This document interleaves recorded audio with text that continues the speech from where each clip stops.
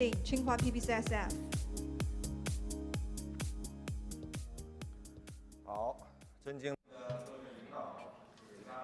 Ladies and gentlemen, dear guests, good morning.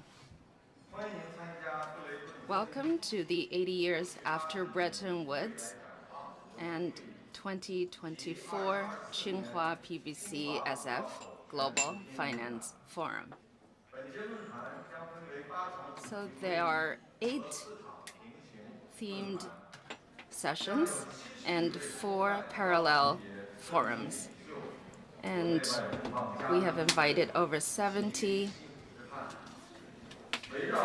business leaders, experts, and scholars to meet here at the Westlake and to discuss the global macroeconomic shifts, the resurgence of emerging markets, and the future path of climate finance.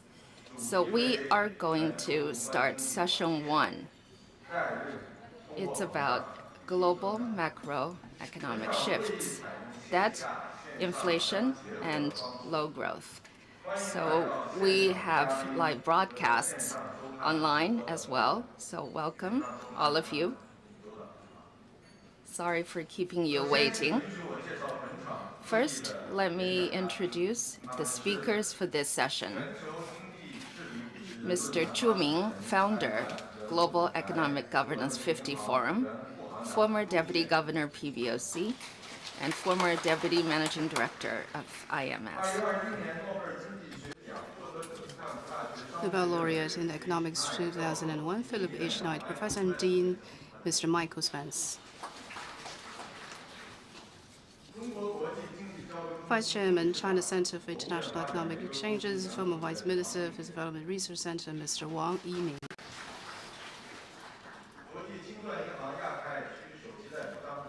Chief Representative of BIS, Mr. Zhang Tao. Global Senior Advisor Oliver Wayman, former board member Deutsche Bundesbank, Mr. Andrew Dombrat. Special Term Professor, Tsinghua PBCSF, member of PBOC Monetary Policy Committee, Mr. Huang Haizhou. Professor Emeritus, New York University Sloan School of Business, CEO, Rubini Micro Associates, Mr. Nouriel Rubini. Okay. Let's start with the first session. The floor is given to Governor Zhu Ming. Zhu Ming shall be participating via remote fashion to conduct a high-end dialogue with Mr. Michael Spence. Are you on? Hello, Zhu Ming. How are you? Wonderful, wonderful. Thank you. I don't think I need to do any introduction for Mark Spence. He is a Nobel Prize laureate and a professor, used to be at New York University, but now in the Stanford. But Mark is really well known for his development committee for quite a long time. And his growth model is the fundamental economic theories we are all used today. So I'm so happy and honored to have this wonderful opportunity to do a conversation with Mark. And particularly, thank you very much for coming to join us in this early time. Mark is currently in Europe, so his time is 4:10 in the morning. This is a very, very early time for people, particularly like Mark. He used to go to bed very late. So please join me, give a big hand to welcome Mark Spence. Thank you very much, Mike. And let's start the conversation since we have a limited time. Growth, of course, this is a key issue in everybody's mind. But before we talk about today's or future growth, let's go a little back to look back. We had quite a strong, reasonable, good growth in the past decades, since 2001 and move forward.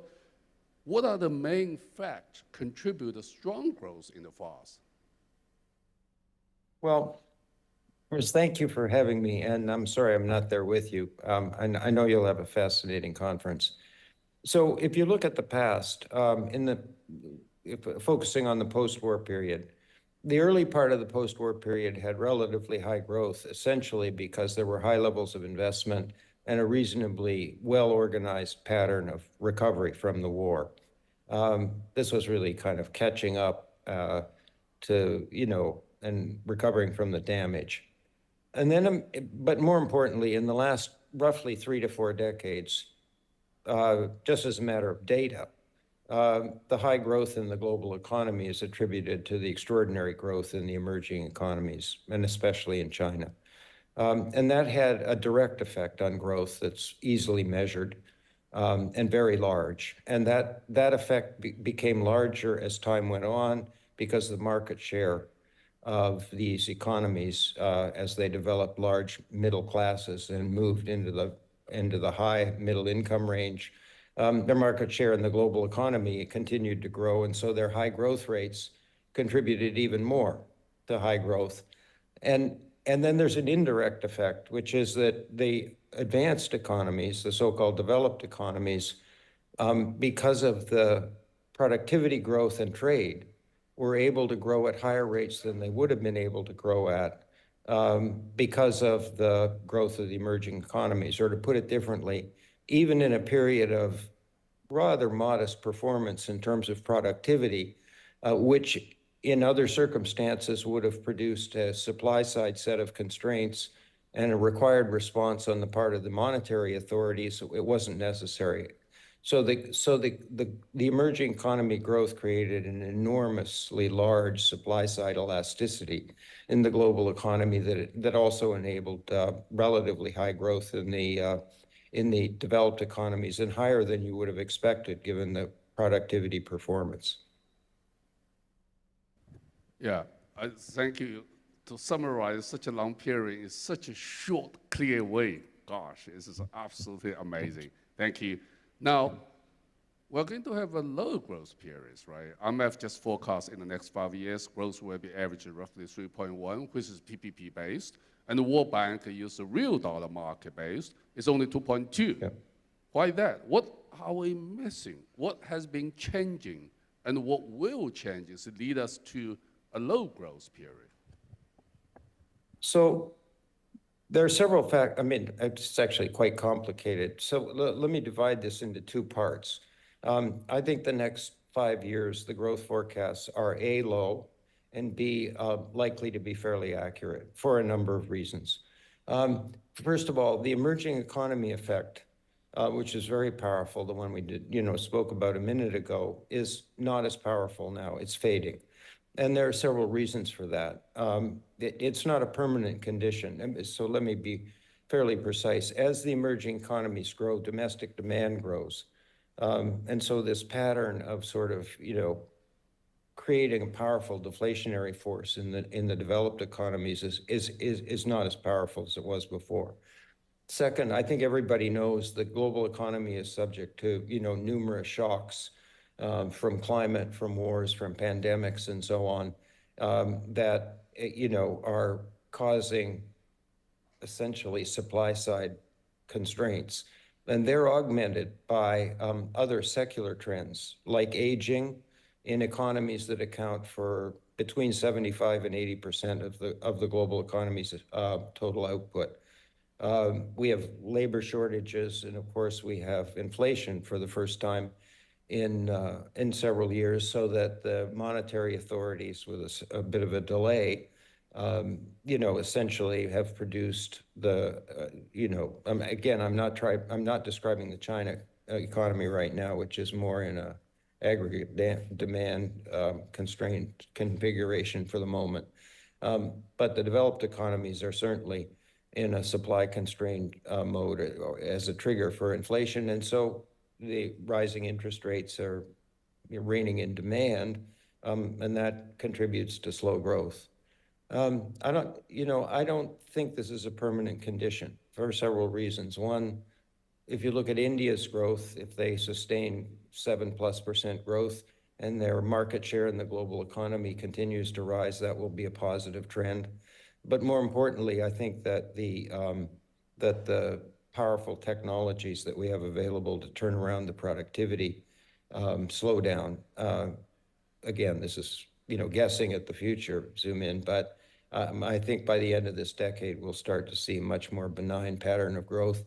And I think the whatever loss of growth momentum there has been in the Chinese economy, for reasons everybody in the room understands, those will be overcome as well. And so China will once again be an important source of kind of sustainable growth patterns. So the kind of brief summary is there's lots of headwinds to growth right now, and some of the previous tailwinds have faded in their power. But I think, you know, we have new potential sources, particularly of very large productivity, sustained productivity growth from digital technologies, from some of the energy transition technologies, and even to some extent from the revolution in biomedical and life sciences. All right, Mike, it's absolutely fascinating. The growth in slowdown is a particularly emerging market facing domestic demand pressures, and advanced economy, productivity is low, and external shocks, you mentioned climate change and others. Aging is the most important issue because it brings inflation, high interest rates, and slow the growth. But most importantly, you say you don't think it's permanent, so it's a short term. Now, before say anything, let's go back, because there are arguments say the current slowdown may be a part of a long trends, you know, slowdown, because we are at the end of a long cycle. You don't think so, right? Why? So I had a little trouble hearing Su-Min, but you're asking about the monetary and no, fiscal it's not only situation? monetary, because you see, as an economist, we all think it's a long-term cycle and a short-term cycle, right? And one particular view say we are at really end of a long cycle. So in that sense, the slow growth will continue for a while. But you have a more positive view. You think that yes, a lot of headwind, we will have a slow growth, but end of this decade, we'll see the growth will come back strongly. So you don't think it's the long trend issue. You don't think it will last long. I think this is absolutely important. Yeah, but let me put it slightly differently. So they're powerful, again, without trying to be, you know, exhaustive in detail, they're reasonably powerful secular forces of the type that you just described. So it was aging, downward trend in productivity, fading effect of the emerging market growth, and so on. Those are secular, and you know, the monetary authorities thought that most of this problem, you know, initially came from pandemic congestion and chaos, and that turned out not to be quite right. Or if it was right, the transition period was longer than anybody expected. So I think of those as secular trends, and they're causing major and somewhat permanent structural change in the global economy. So, you know, we lived in a global economy where the global supply networks were constructed almost entirely on economic considerations, efficiency and comparative advantage. We've left that world behind. You know, the global supply networks are, you know, diversifying, you know, in response to shocks and geopolitical tensions. They're fragmenting for the same kinds of reasons. There's home shoring, you know, and things that are like that going on that don't look like they're sort of part of a kind of short-term cycle to me. So the question I ask myself, is that a permanent condition? Will that go on for, you know, sort of a decade or something like that? Yes, that's the key, yeah. And my answer to that is, I think there is a good chance that that pattern will again be disrupted on a structural basis by technologies that produce a very substantial change in the productivity performance, pretty much globally. That's a guess, and it's not a sure thing, but I believe these technologies have the potential to do that. Yeah, you watch, you know, technology advancing in the productivity for almost all your life. Obviously, you are the authority to talk about that. No, it's very interesting to listen to you. I feel uncomfortable to argue with the Nobel Prize laureate, and but let me try, okay? You say aging is a secular, right? Not anti-globalization, but at least slow globalization is secular. Yes. Yeah, supply chain become decentralized, costs increase, right? And Yep. but productivity slowdown, not necessarily being secular. So you really put a lot of hope on the artificial intelligence, on the GPTs. You really think those things will push the productivity and move upside and strong, overcome the aging and the deglobalization. Am I right? Yes, that's exactly right. So if I'm wrong, or, I'm not alone in this, but there are skeptics. Darren So between Asimoglu is us, very... it must be I'm wrong, you're right. That's for sure. Right. Yeah, that's a good summary. So, I mean, either we're in for a period of fairly difficult and relatively slow growth, and it's worse than difficult, zoom in. And we're in a rising interest rate environment. I know there are market participants who think that once the inflation fight's over, we're going back to relatively low real interest rates. I don't believe that because of the supply side conditions in the global economy. And we're entering a period, so suppose that's right. You have high real interest rates and the need to make massive investments to accomplish the energy transition and sustainability. Right. You have a global economy that, has had a steady rise in debt levels. And sovereign debt is now running at about over 100% of Right. GDP globally. Yeah. That doesn't look like an environment where it's easy to sort of make these investments. So you can paint a pretty gloomy picture of the future unless you think there are countervailing forces. So the suggestion I'm making is that there are some countervailing forces that have the potential to significantly modify this pattern. Let me be specific. We have labor shortages in the developed world in virtually all the large employment sectors. We have aging and rising dependency ratios. If we don't get a productivity increase, we'll have trouble on the fiscal side, we'll have trouble on the investment side, and we'll have trouble because the young people are going to have to pay for this aging population. And if you just ask yourself, forget technology for the moment, what's the one thing that that could actually significantly modify that pattern? It would be a significant growth in productivity for those who are working. Yeah, you put a lot of emphasis on the technology and innovation. The first issues that need a lot of investments, as you said, infrastructure, new infrastructure. But given the huge fiscal deficits, given the unsustainable fiscal situation, unsustainable monetary situations, where do we get money? How do we do this new infrastructure investment to support what you're saying, the new technology innovation to bring up the productivity? How? Yes, but not overnight, right? So the declining fiscal space is real. In some cases, in the lower income economies, it's destabilizing. Right. And I don't think there's, I mean, we can do ways, things to ameliorate that, but that's not fixable in the short run. I'm not expecting a surge in productivity, even if it comes, until sometime near the end of the decade. And the reason is, the one that we all understand, which is, even when you have relatively powerful technological change that has the capacity to change the growth patterns, they don't happen overnight. I mean, we have changes in jobs, changes in behavior, changes in business models, disruption, in the transitions and so on. So we're going to have to deal with the headwinds and the debt levels and the declining fiscal space for a number of years now. And that's why I think the forecasts that the IMF and others are making are accurate. So until the productivity re-picked up, but you emphasize technology innovations, artificial intelligence, ChatGPT, whatever. I'm sure you have your own observations index. Can you share your secret with us? So what are you look, into technology innovations? What are the index, what are the measurable things you feel the technology will pick up in the end of this decade?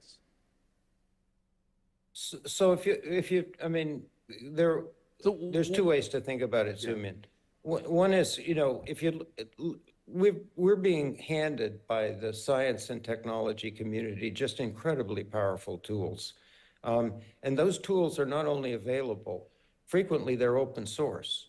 And they're widely available and their costs are coming down, right? And so the only question in my mind is whether we pick up and use those tools in ways that produce beneficial growth patterns, accelerated growth, more inclusive growth, more sustainable growth, and so on. If I look at, you know, the current round of breakthroughs in digital technology, the generative AI particularly, it has very striking features. For example, you don't need technical training to use them. You can just talk to them, right? Second, for the first time ever, they have this human-like domain switching capacity. You don't have to tell them what the subject is. You don't have to say, we're doing image recognition. You can talk to them about Chinese history, the Italian Renaissance, do math, computer coding, etc. Talk about inflation, and they know what you're talking about. This is an unbelievably large breakthrough. Now, you know, there are bottlenecks. I mean, these things require a massive amount of computing power to train because they essentially read everything on the internet. When I look around the economy, I can't find places, it's really hard to find a place where you don't get some potential productivity increase.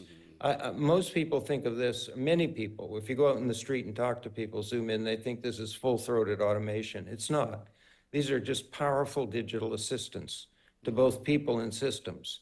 They write the first draft of everything. I mean, let me just give examples. If you take doctors spend 30% of their time writing up reports because they have to, we need the reports. The AI will write the first draft of those. It, you know, picks up all the signals, right, you know, and so on.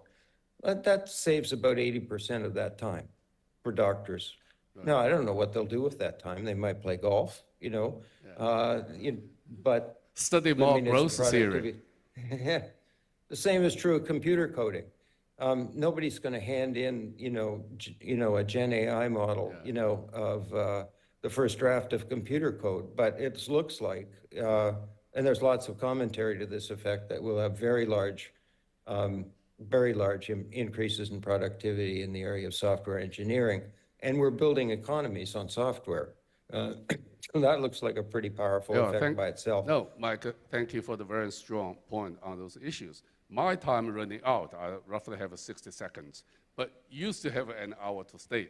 But I just can't help to ask you theoretical questions, because you are the authority on the growth series, and you build a growth model, you win the Nobel Prize. And, sorry, you faded out there. Yep. Yeah, I just can't help to ask you a theoretical question about the growth model. Sure. Given the aging.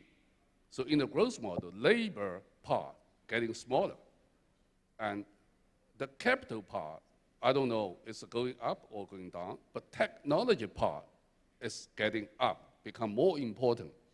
So what is your new growth model if you want to describe the today's and the future's economies? Do you think it will change your growth model? What is your new growth model, Mike? It's not really new, in a sense.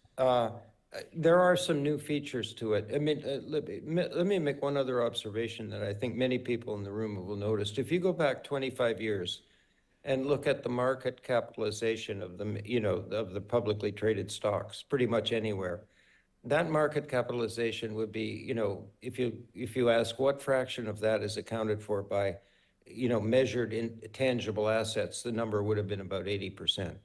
If you do the same calculation now, that, you know, that number would be more like 10 or 20%.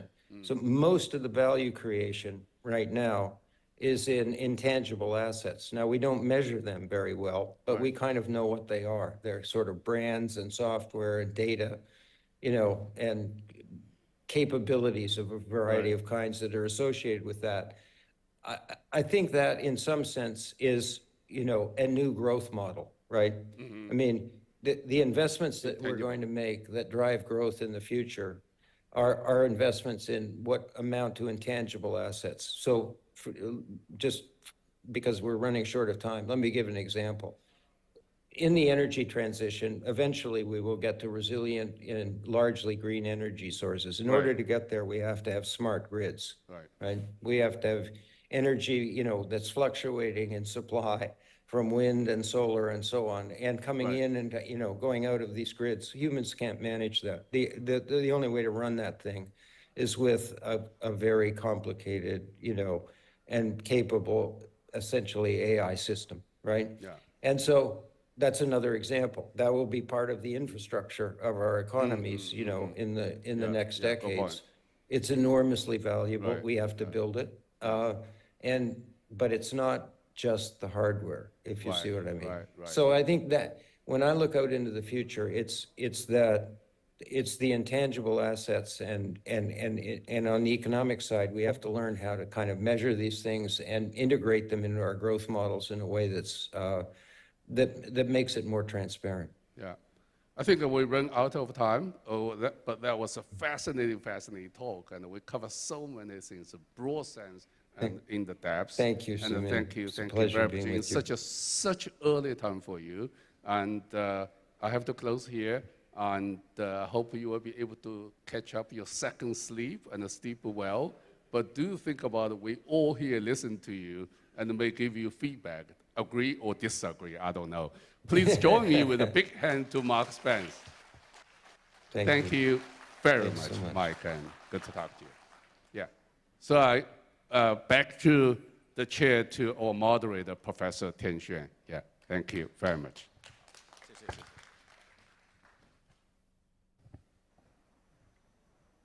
Well, thank you, Governor Zhu and Professor Spencer. Well, this is a really very exciting and inspiring talk. They are senior personages in the industry. So in a short period of 20 minutes, they covered many major issues. Very insightful. So I learned a lot from their conversation. So Professor Spence won the Nobel Prize in 2021 for his asymmetric information theory. In fact, he is very experienced in both macro and micro level contents. We will now proceed to the roundtable discussion. Mr. Wang Yiming, Zhang Tao, Mr. Adres Dombrit, Huang Haizhou, and Norio Rubini. Please be seated on stage.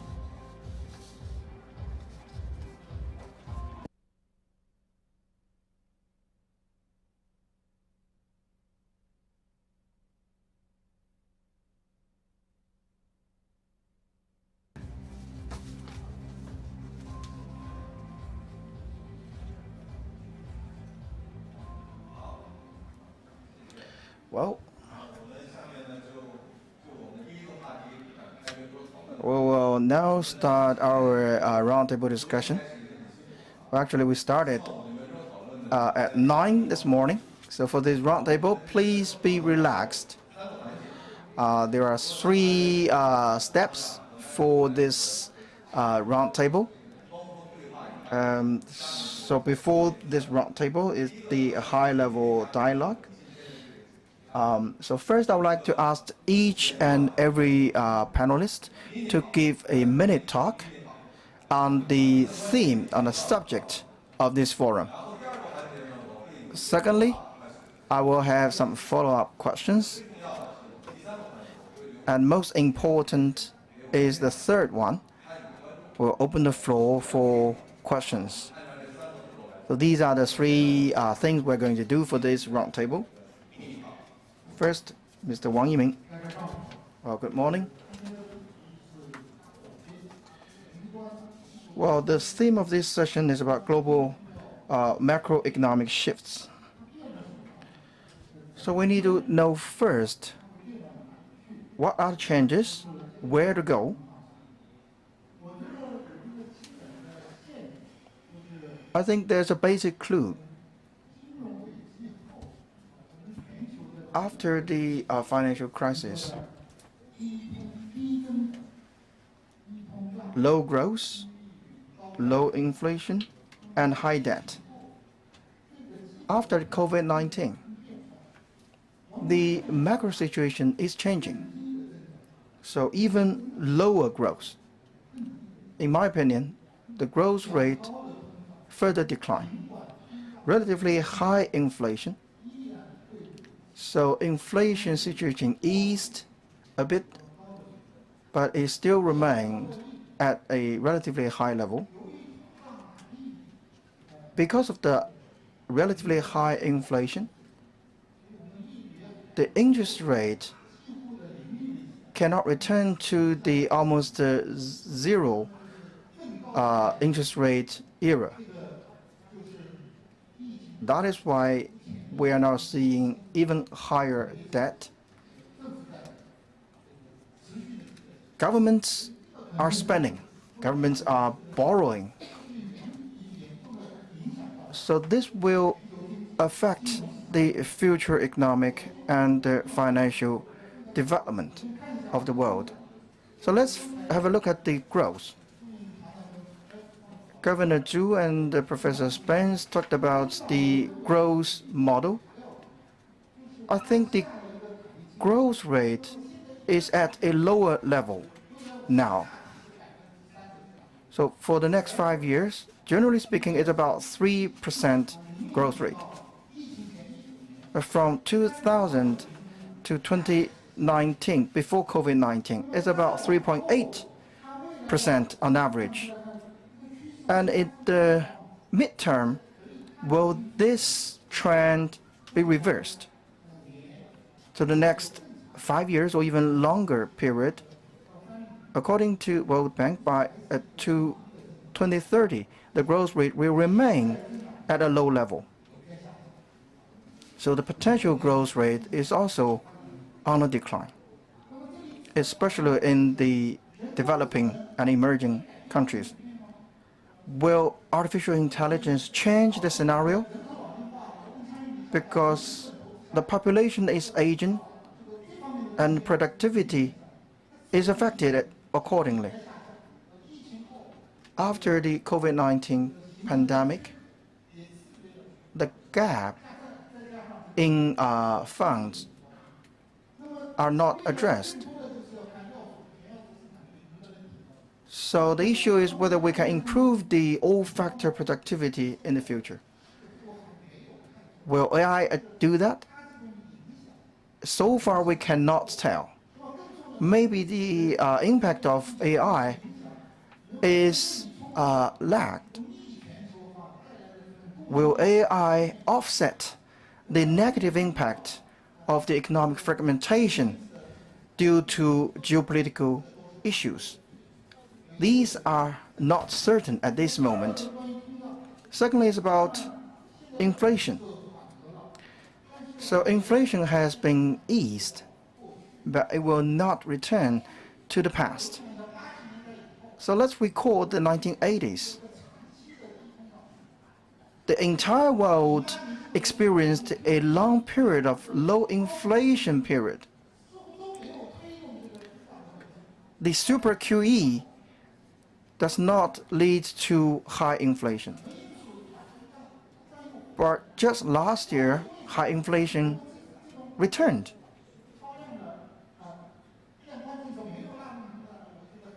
Why QE did not lead to high inflation? I think this is because of the economic growth across the world, because of the globalization. But globalization is now reversing. So that is the fundamental reason for the high inflation. Such a change will bring what challenges to us? I think one of the biggest challenges would be even higher debt. or debt crisis. The global debt will be unchained.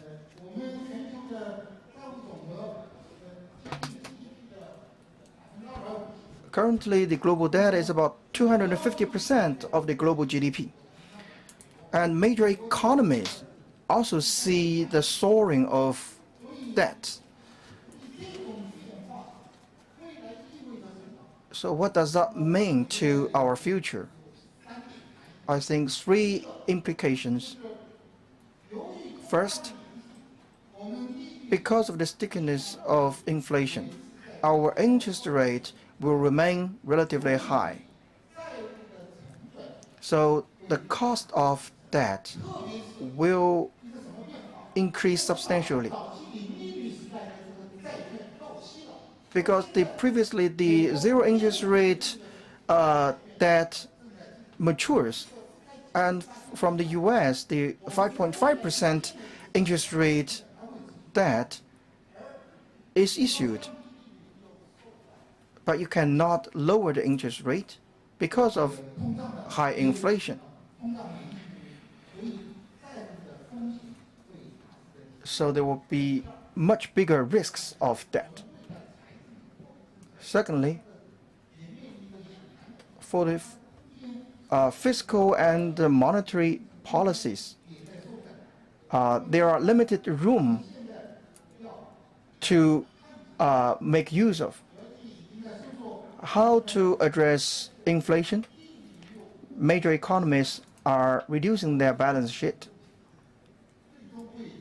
But this will affect the liquidity, which in turn will affect the stock market and the debt market. So inflation, debt, interest rate, risks of debt will go up. This will lead to instability of the financial market and will hamper the world economic recovery. Thank you, Mr. Wang, for the remarks. Well, he talked about interest rate, inflation, debt, and low growth rate. Now, Mr. Zhang Tao, you have the floor. Thank you, Mr. Tian. Good morning. Well, I would like to use English. And Mark invited me to join this wonderful event, and particularly join the wonderful group of the discussion. And if we look at the topic, looking at the Bretton Woods system in 80 years, of course the questions come out, and there's a huge number of the changes in the past 80 years. 80 years in the context of the histories, of course, it's a short period. But in any one of us individuals, 80 years long enough. So you would see a lot of changes. And of course, depend on who you ask for, what kind of changes, and they may give you different answers. I myself, of course, have a luck to work in both Bretton Woods institutions before, but I would like to offer my observations, as a former central banker, and of course, I see my fellow central bankers here, and also my friends, my colleagues, particularly from PBOC, are also here.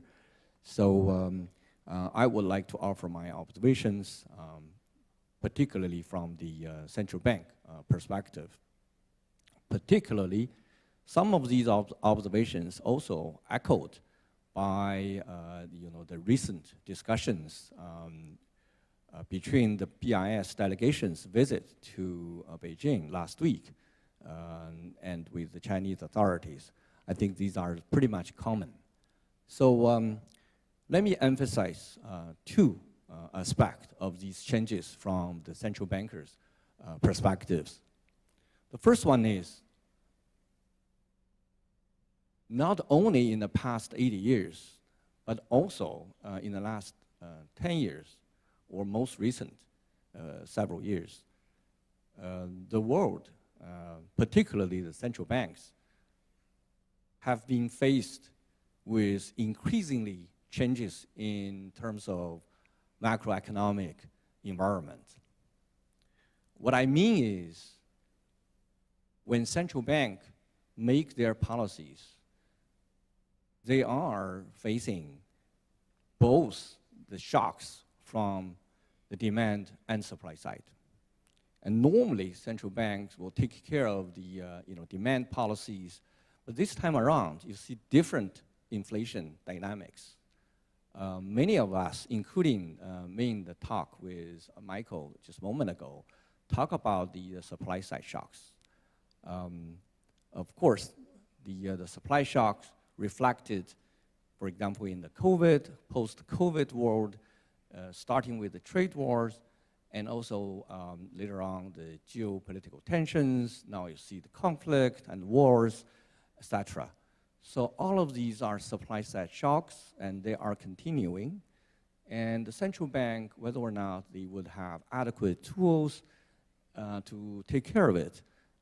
And a moment ago, you hear the debate between Ming and Michael, whether or not they are more secular or they are more transitory. So these are the questions hang on in the central banker's mind. To cut it short, the inflation dynamics would be very, very different. That's one. And second shocks is, Yiming just mentioned it, the high level of debt around the world, not just one countries, not just developed countries or emerging market, it's across the board. And the debt, including the total debt, household debt, corporate debt, and sovereign debt, are all at the historical high levels. And this even more pronounced now in the era of the high inflations, because people are still debating now the inflation is go high or high for long or high for longer or higher for longer. But what is true is now the inflation right now and increasing, and also the interest rate, the policy rates are now high. So in such a high rate environment, the sustainability of the debt will become issues. So we'll come back on that. So that is the second. And third, of course, the other structural changes like society become aging, and we're now mandatory, the green transitions, and so forth. I keep another huge sort of the elephant in the room in my second observation, which is technology. But so far, just for aging and green transitions, whether or not this give you a consistent or secular pressures on inflations, it's upward or downward, people have different views. Short-term, long-term, for example, green transitions. This is mandatory. Short-term could be a shock, but whether or not you can handle the transition, smooth transition of the period, then that's pretty much determine whether or not the inflation pressures is going on, upward pressure, upper side or downside. So these are the things. My second observation is coming to the technologies. And certainly, as Michael argued, eventually the productivity will prevail. Ming, you had another view. That would bring in huge uncertainties, and let alone the cost. And of course, easy to say, opportunities and the cost come together. And how would you take up the opportunities? From the financial sector's point of view, the opportunity is huge. Efficiencies for the customers, and also the depth and the width of the financial services can reach will up to the tremendous, unprecedented levels. At the same time, cyber risk, the more sophisticated fraud and scams, and more importantly, technology make all of us spend more and more. That will make excessive demand for financial services and sometimes overburden the household balance sheet or even the corporate balance sheet. So how would you handle all of these? And in particular, even more important for central bankers, you know, nowadays we have digital or digitalizations of the financial services, including digitalization of money. And as the guardians of the public trust of the money, whether or not central bank will, you know, make a best effort to keep themselves not behind the curves, for example, launch or study the CBDCs, or let the private sectors taking care of the tokens or tokenizations of the deposit, private money. So these are the sort of the huge fundamental questions for the central banker to handle. And let alone, you know, now with the internet and all the financial services can be put on the internet. That's why people are nowadays talking about the finternet, including all of these new forms of the financial services, open finance, you name it, etc. These are the things we never seen it before, and there's no written down rules how to handle it. So what I'm saying is that the technologies brings even more sort of stronger challenges than the traditional macro economic challenges. So in that respect, central bank need to be alert, need to be nimble, and particularly need to be cooperative. And I say a little bit of promotions. Give me 1 minute for BIS. The BIS is setting up the platform for central bank to do the, you know, the work together in a more cooperative ways. They meet every 2 months in Basel. And this time around, you see, with the new inflation outbreak right after COVID, central banks handle them pretty well. Right now, with their determined, collective, synchronized effort of the central bank actions, the global inflations right now still high, but the price is, inflation is stable, so you can see that. But looking ahead, we're seeing looking ahead, the outlook is quite uncertain. But we have to be alert, we have to be working together as we always did. Thank you. Okay, thank you very much, Tao. So he just made two comments on two important observations. One is about the macroeconomic environment changes, right? Sort of inflation, high debt levels, uncertainties from geopolitical tensions. And the second one is about digital revolution, technologies, the opportunities and the challenges we have to deal with. Thank you very much. So our next speaker is Professor Dr. Rubini. So you are well known for your nickname since the last financial crisis. So we are very curious and want to hear your comments. What do you have to say about the global economic perspectives? Thank you. Pleasure being here. I think it's fair to say that we live in a world in which there is unprecedented, unusual, unexpected uncertainty. For use, some people call it hyper uncertainty. We have both economic, monetary, and financial risks, threats, and uncertainty. But we live also in a world in which there are now social, political, geopolitical, demographic, environmental, health, and technological risks and uncertainty. And I would also argue that today, the kind of economic and non-economic risk and threat we're facing are very different than they were even just before, say, the COVID crisis. Think about the economic, monetary, and financial risk. There are 8 dimensions in which things today are very different than they were even in 1920, before COVID started. Before COVID, we were worried about inflation being too low. Today, we're worried about inflation being too high. Before COVID, the worry was about secular stagnation, a situation where after the GFC, demand was low, investment, consumption, savings were high, growth was low, but inflation was low. Today, instead of having weak aggregate demand, we have negative aggregate supply shocks that are leading to stagflation, lower growth, but higher inflation. We've never seen stagflation since the 1970s. 3, before COVID, we were worried about the implication of unconventional monetary policies, zero policy rates, negative policy rates, quantitative easing, credit easing. Today, we're starting to worry about the implication of normalization of monetary policy, quantitative tightening, restriction to credit growth, higher for longer.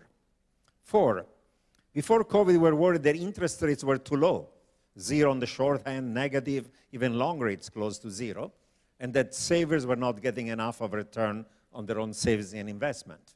Today, we are worried instead that the interest rates are too high, higher for longer, and that's going to squeeze borrowers. 5, before COVID, debt ratio, private and public, in advanced economies and emerging markets were high, but debt servicing ratio were low. So even zombie companies, countries, household banks, financial institutions, corporations could survive because debt servicing ratio were so low because interest rates were so low. Today, in which there's a world of higher for longer, those that have high debt ratio are at risk of default, of a credit crisis, of restructuring, and so on. 6, we live in a world of hyper-globalization after the collapse of the Soviet Union and the opening up of China. Today, we're worrying about deglobalization, de-risking, decoupling, secure trade rather than free trade, about reshoring, friendshoring rather than offshoring, about protectionism, fragmentation of the global economy, balkanization of global supply chains. 7, in the period between 2010 and 20, after the GFC, commodity prices were collapsing by almost 50%. Since COVID, commodity prices have doubled on approximately energy, food, fertilizers, industrial metals, and that's leading to inflationary forces and, of course, stagflationary forces. 8, before the COVID, everybody was saying the dollar is going to be the dominant reserve currency, is going to remain so. Today, everybody is talking about de-dollarization and the potential for that happening. So even if you're looking at the economic, monetary, and financial risks, today they're very different than they were literally 4 years ago. If you're looking at the non-economic ones, the process of change has been slower, but compare it to, say, the last 30 years.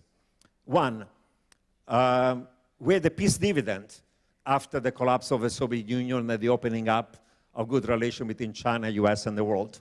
Today, we have a world of geopolitical risk with cold and hot wars.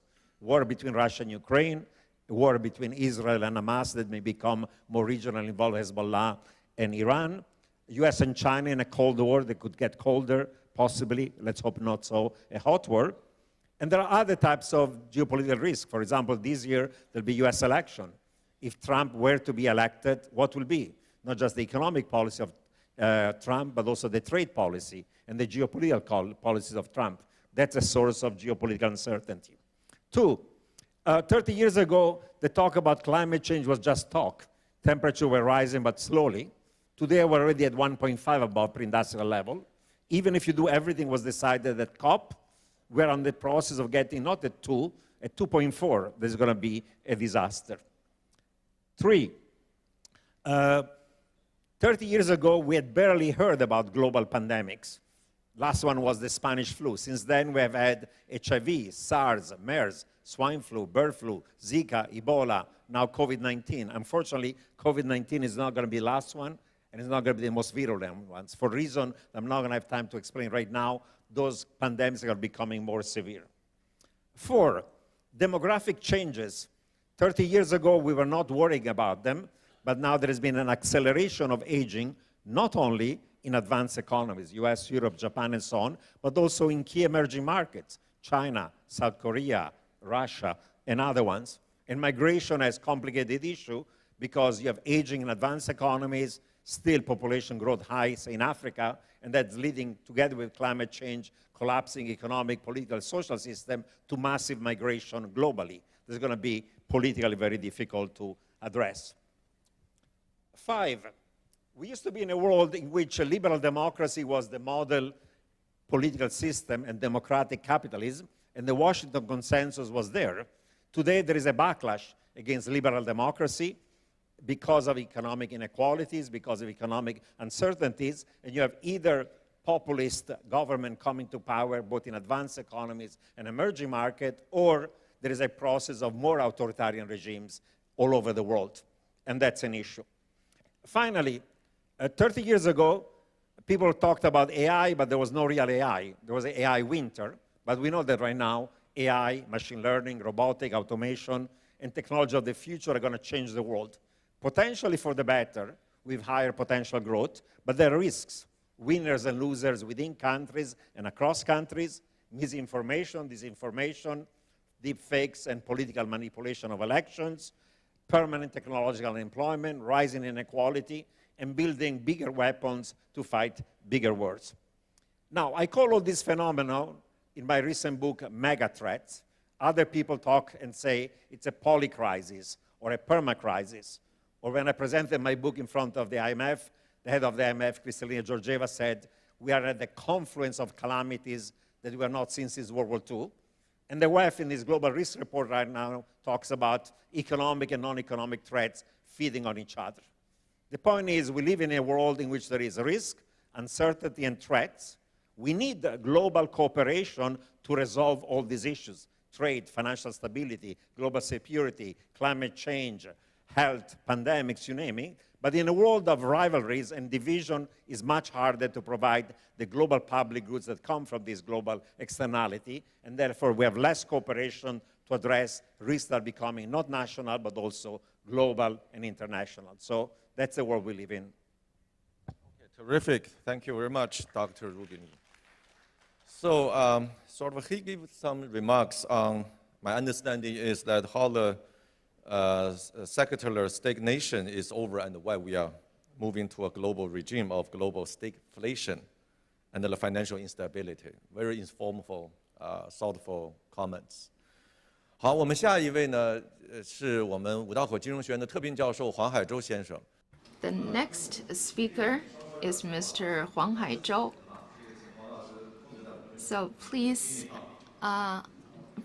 mind the time, 5 minutes. Thank you, Governor Zhu. And I want to thank the PBCSF for supporting this conference and forum. I'll stick to my time limit. After listening to Dr. Rubini, he talked about 8 points and then 6 points and then his book. It's a lot. So we need more time to debate those issues. I'm only going to talk about 3 things. One is the Bretton Woods system. It was important before, and it's important now, and it's going to be very important going forward. And second, the world is complex, and it's very difficult to summarize the trends in simple terms. For example, in this session, we talk about high debt, inflation, and low growth. But that's not true for the U.S. U.S. is very strong growth. Very low. So I will talk about that. 第三个我想讲的是 And facing all these challenges, especially Professor Rubini, known as Dr. Doom, is very pessimistic. I think we can expect strong growth going forward. So the Bretton Woods system is important and the world is complex, and then we can expect some growth in the future. When the Bretton Woods agreement were negotiated, Governor Zhou Xiaochuan said last night that China made great contributions, although we only know about the delegations from the US and the UK. And the proposal ultimately was accepted.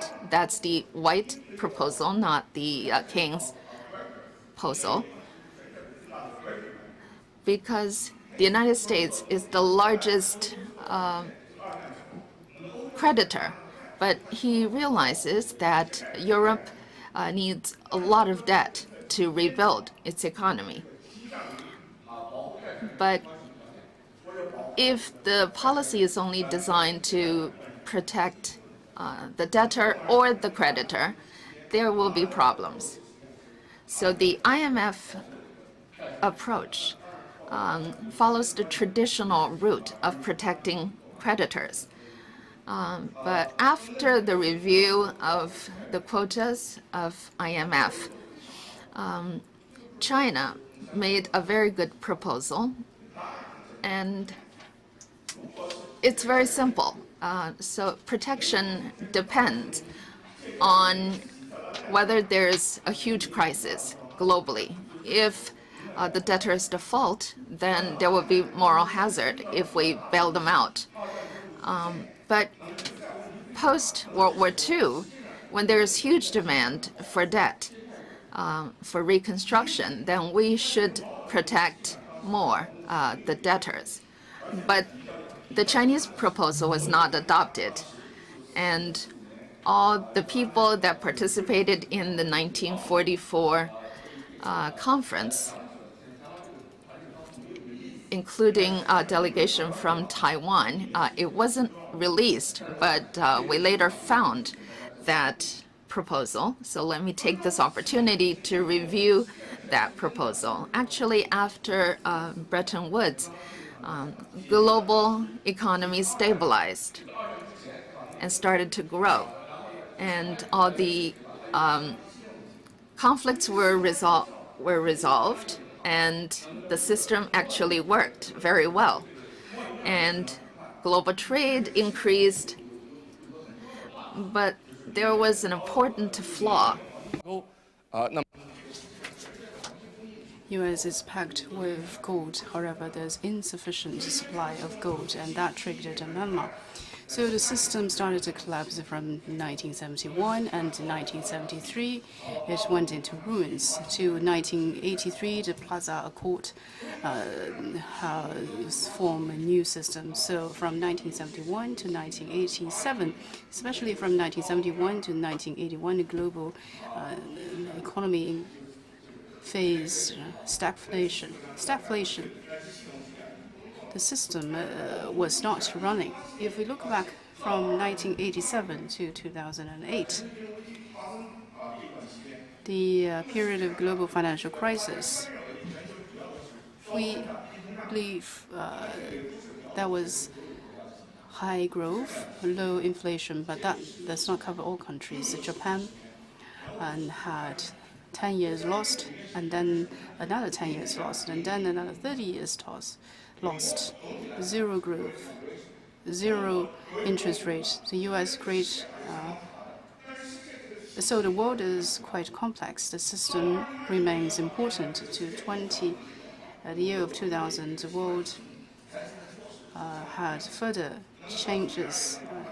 Different countries adopted varied ways to deal with COVID pandemics.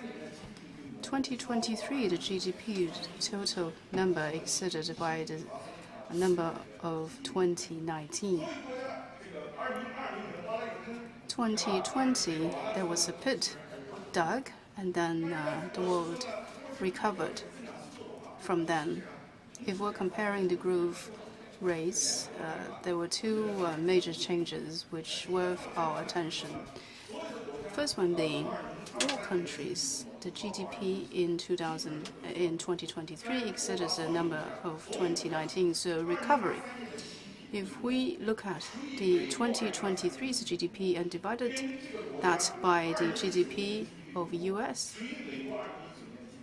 in 2019, then the result would be all countries' GDP scale if compared to US's GDP scale in 2019. There was actually a reduction. In the past 3 years, there has been only one country that has recorded 2 to 3 percentage points growth. Other countries are flat or 2 to 3 percentage points lower. Japan being the most significant reasons is exchange rate at a very weak level. If we put it simply, high debt, low growth, that was not the case. The nominal GDP grew in the U.S. U.S. made mega companies worth at $2 trillion or $3 trillion US dollars, so that was not low growth. So the system is important. The world is complex. When the world is having equal good growth, Japan has been poor, has been having poor growth in the 30 years. The per GDP before the global financial crisis reached 150% of the world average.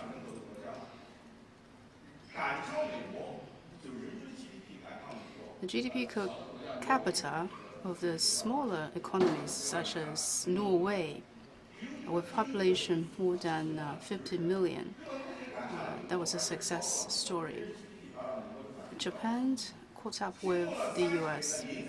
And then 30 years of zero growth and zero interest rate. Now the GDP per capita is 50% lower than that of the U.S., which is worthwhile for observation. In 2012, Larry Summers presented in the IMF. He worried that after the financial crisis, the world will enter into low interest rate. He called it a circular stagnation. Rubuni mentioned, and in 2012, Europe erupted the European debt crisis. Issues concerning Italy and Spain caused a lot of attention. China provided its contribution during the process. If we look back, what worried by Larry Summers did not happen, at least did not happen in the U.S. The world changed drastically. The U.S. made good use of this crisis, avoided a long-term low interest rate that was faced by Japan, and turned that to a relatively high growth, relatively high interest rate level. However, the inflation in the U.S. in the past 2 years have been high, even to today, but that level will drop eventually. So we don't need to put a lot of attention to the debt crisis in the U.S. because the de facto interest rate was negative. If they could maintain the nominal GDP around 5%, and combined with the last 2 years, that would be 20% for the nominal GDP. And the U.S. injected strong stimulus in the economy. The Treasury in GDP's ratio was close to 30%. So nowadays, this ratio decreased by 111%. The futures depend on growth.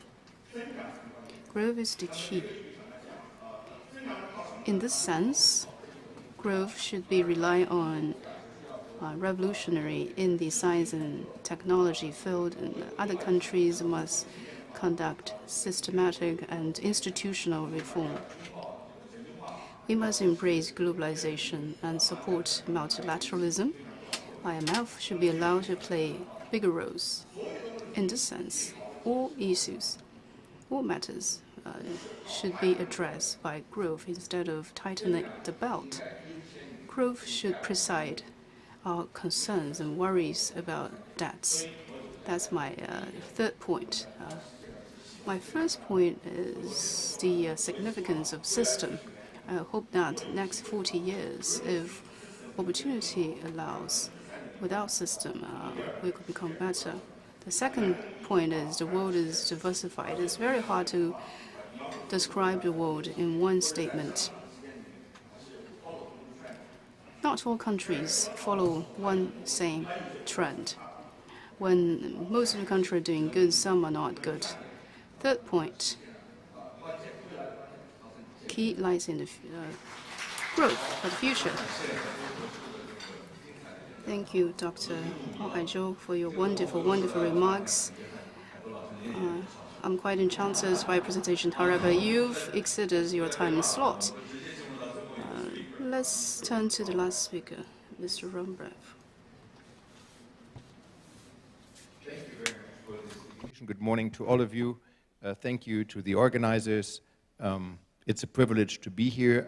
I've been, as a means of introduction, the IMF Deputy for Germany for many years, as well as the G20 Deputy for Germany, and, as a matter of fact, the G7 Deputy for Germany. And just to be very clear, I'm speaking on behalf of myself, no longer for Germany, for sure not for the Eurozone or for Oliver Wyman. We're indeed seeing many, many crises, and that's the backdrop of this conference. The most important ones are COVID, and I don't only speak of the lockdowns, but also of the supply chain breakdowns and the huge support and stimulus packages we've seen. Post-COVID inflation surge, the war against Ukraine, geopolitical tensions in Southeast Asia, the Hamas invasion of Israel, and just a few weeks ago, the Iranian attacks on Israel, climate change, as mentioned, political instability in a few of the most important economies, and I could go on and on. That's the backdrop of our meetings. So it's no wonder that business and political leaders are busy doing firefighting. And most importantly, these crises I just mentioned, they do weigh on the mood of the ordinary citizens. And here I do not mean only the actual impact of these crises on employment and on cost of living. Rather, we see in surveys that the mood is quite a lot deteriorating. People save more, they become more risk averse, they do not invest, and all of this has immediate GDP impacts, but also prevents people from working on their competitiveness and working on resilience, which very much weakens economies and societies in the long run. So you might wonder what this has to do with inflation fighting. Now, inflation is corrosive, as it can be seen as a tax on everybody who is not a large debtor. Inflation causes purchasing power to decline, investment to lose real value. Employees, and I think for the right reasons, are then demanding higher wages, which they are actually also doing, and which in turn weighs on company profits and investment returns, undermining real growth.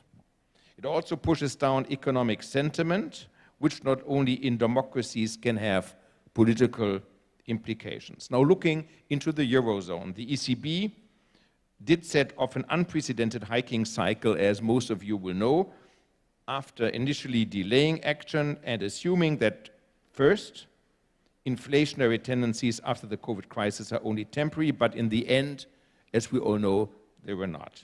While some critics accused the European Central Bank of having overreacted, and the argument was that hikes cannot cure a supply chain and energy crisis that was first caused by COVID and then by the Russian war against Ukraine, we had in fact seen many negative side effects of the ultra-loose monetary policy in the economy, including markedly increased financial assets and real estate prices.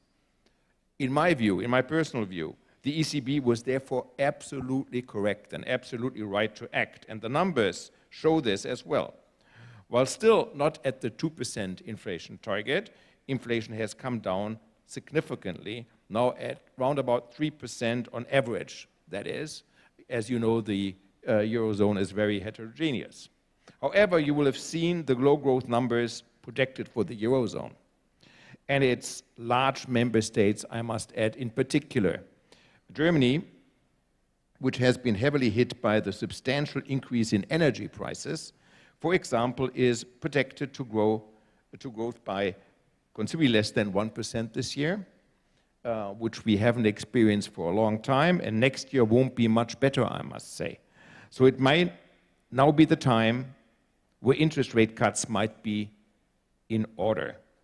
However, we may be talking only of 1 to 2 cuts this year, amounting to something around 50 or maximum 75 basis points in total in the Eurozone. Going beyond this, I think, would certainly undermine the efforts of bringing inflation back to 2%. It is, as it is always said, when it comes to inflation fighting, the last percentage and the last mile is the most painful one, and we're seeing this right now in the Eurozone. We also need to talk about fiscal dominance. We are in Hangzhou here, and there is one country that geographically is quite close, and I'm, of course, speaking like my gentleman to the right about Japan. Now, the yen has actually collapsed over recent months, and this should normally prompt the Bank of Japan to hike to support the currency. However, the Bank of Japan is constrained by the need to keep borrowing costs down for the highly indebted Japanese government. And the Eurozone faces not the same, but a similar constraint. Looking at the value of the euro, it is not it's not binding yet. However, similar to Japan's yield curve control, the European Central Bank only felt comfortable hiking once it had established its transmission protection instrument, which amounts to a tool to keep borrowing costs low for the more vulnerable and less fiscally strong Eurozone countries. Our advanced economies, just look at the G7, and I mentioned that I've been the G7 deputy for many years, have essentially not been able to deliver real increases in net households' wealth for some years now. The reason that consumption has been able to increase regardless has, for example, not been enabled by allowing households to level up, or depending on which country you live in, by increasingly rather generously social spending, including the pension systems. Furthermore, G7 economies have been benefiting from the increased pool of workers that, it was mentioned, open up after the fall of the Iron Curtain and the rise of China and other emerging markets. Note, however, that the benefits of these developments are quite unequally distributed. Which measures you support or not often depends on your political views. But all approaches have one thing in common: debt and redistribution to support consumption has essentially bought growth and therefore political and financial stability, which is of utmost importance for our economies and societies to succeed. But it seems that the factors that allowed us to grow are reversing debt levels, becoming binding, as a positive inflation environment has returned and will most likely stay. There are no new global labor pools that could be opened up in the future. Rather, the currently most important emerging market economy, China, is facing demographic problems itself, as actually do many G7 countries. While immigration is sometimes seen as a solution, we need to consider that highly skilled workforce is scarce outside developed countries, meaning it takes a long time to get enough people to skill levels required in our highly developed economies. So against this backdrop, I only see one solution: Europe needs to become more productive. Otherwise, the size of the problem is going to grow beyond what more debt and more redistribution can actually compensate. And I would argue that we have already reached the limit in Europe so far. If we cannot address that, the impact will not only be on the economy, but we will put in question our societal consensus and the political system we have enjoyed so far. And as Mike Pence talked about productivity, let me do this to sum up. Unfortunately, there is no silver bullet for becoming more productive. But economic theory gives us some good advice, and it's about three factors. It's about capital, it's about labor, and it's about technology. Let's look at this real quick one by one. First of all, we need investment. Depending on which school of political thought you come from, you might have a different emphasis on public versus a private investment. I personally believe private investment should dominate. This requires investors to see a real growth opportunity, which has to be more compelling than in competing in other markets. If we look at investor sentiment and capital flows, it suggests that the United States are more attractive than the European Union right now. In the EU, we should think about whether we have the right environment. An important factor is political stability, and that's where Europe really scores very highly. However, other factors are also important. For example, domestic demand for goods and services, regulatory red tape, or energy costs. Here, the Europeans need to be watchful. Domestic demand has been low for some years now. The EU and member states add new rules and requirements on a monthly, maybe on a daily basis, and cost of energy is much higher than in competing European markets.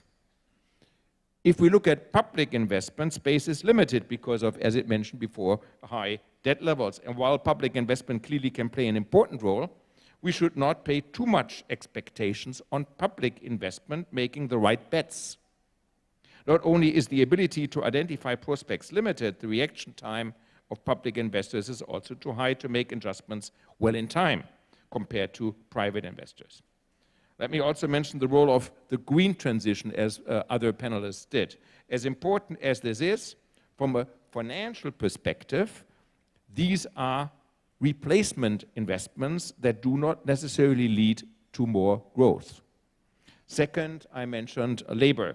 Here we need to look at quality and quantity. Both are a challenge. Demographics is something that is difficult to shape. For example, recent studies have indicated that the link between labor market participation of women, number of children, and policy measures such as daycare, etc., is actually limited. Immigration, regardless of skill levels, is politically controversial considering the scale needed to plug this open gap. This puts emphasis on education, and I would like to make this very clear. Good education is and continues to be very important, but we also need to aim for the right education. The vocational training system in Germany, just as an example, yields highly qualified craftsmen, but it has lost attractiveness, and many young people now prefer university education. Here again, those courses and subjects that involve, for example, engineering, are perceived as being too hard, too tough. As a consequence, the labor force is perhaps not as optimally skilled to meet market opportunities as it could be. Third, and by no means last, technology.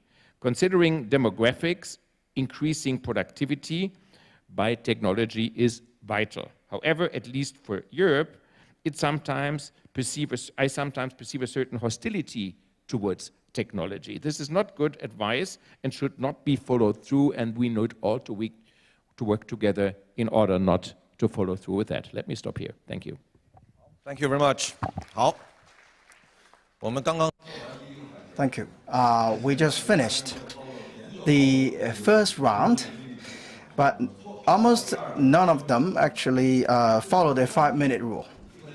I think we still have 3 minutes for the audience over there.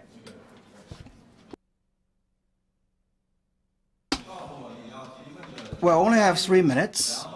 To whom your question is addressed, no more narratives, statements, just question.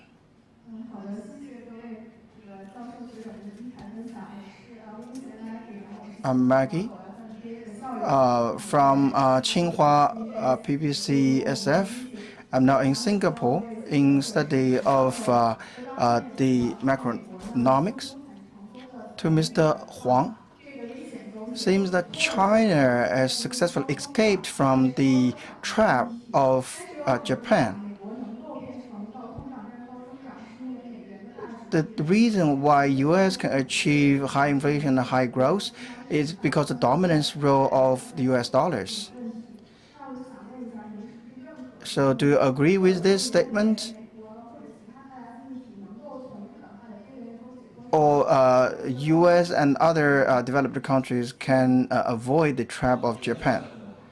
So, Mr. Wang, exactly 3 minutes. I only need 1 minute.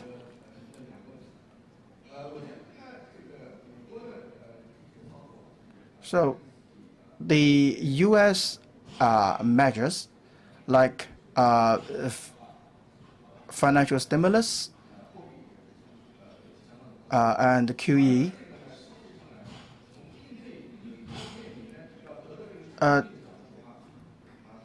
so for the U.S., they need to flush this system. Whether this is too much or not, we can review that. But actually, these measures addressed the Japan problem. So we all know the importance of the U.S. to the world economy. You talked about the reason for that could probably be the dominance of U.S. dollars. For fiscal policy making, for some countries, the fiscal deficit is huge. Previously, the treasury bonds of Japan was only 40% of its GDP. Currently, this ratio was 260%. Japan never has sort of hegemony. The US is very developed in terms of the capital market. From the perspective of market, when you see a country with higher inflation rate than other countries, in fact, the high growth is something like the market prefer. So that's why the market did not have give the U.S. the pressure to devalue it or to depreciate its currency. Okay, wow, already 3 minutes. Okay, that concludes our session 1. Next, we'll proceed to the second session, implications for global financial stability, mitigating and preventing global economic fragmentation. Let's invite the moderator, Mr. Miao Liang, Managing Director, Chief Strategy Officer, and Executive Director of the Research Department, China International Capital Corporation Limited. Please welcome.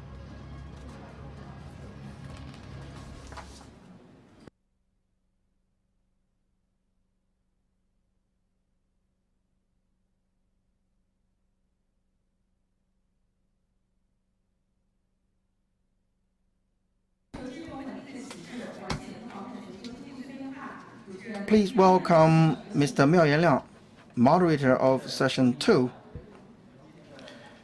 For Governor Zhu, dear guests, I'm Miao Liang.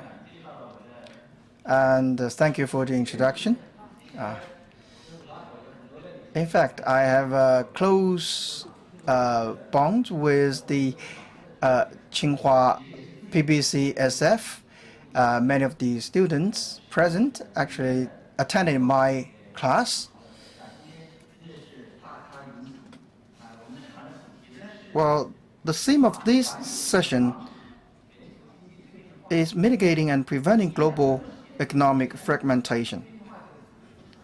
Well, the word fragmentation is relatively not very often seen. The counter name for this fragmentation is actually integration or globalization.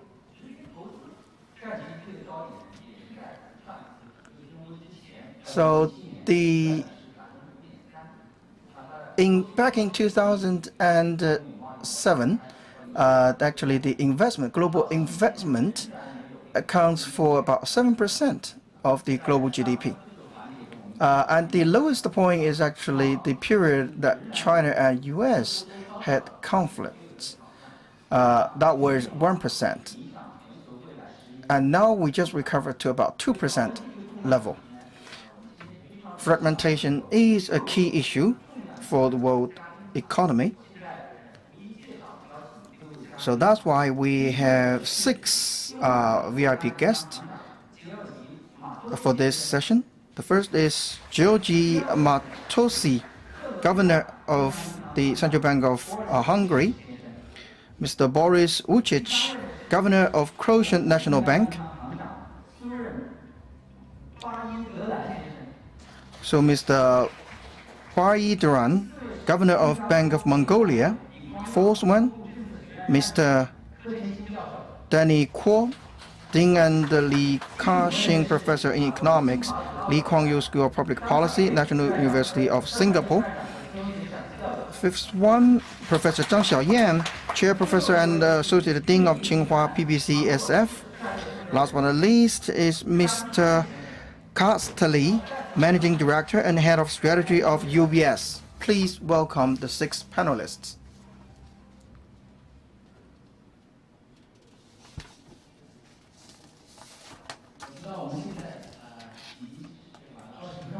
Well, actually, we are 20 minutes behind the schedule, but I will conclude right at 1 sharp.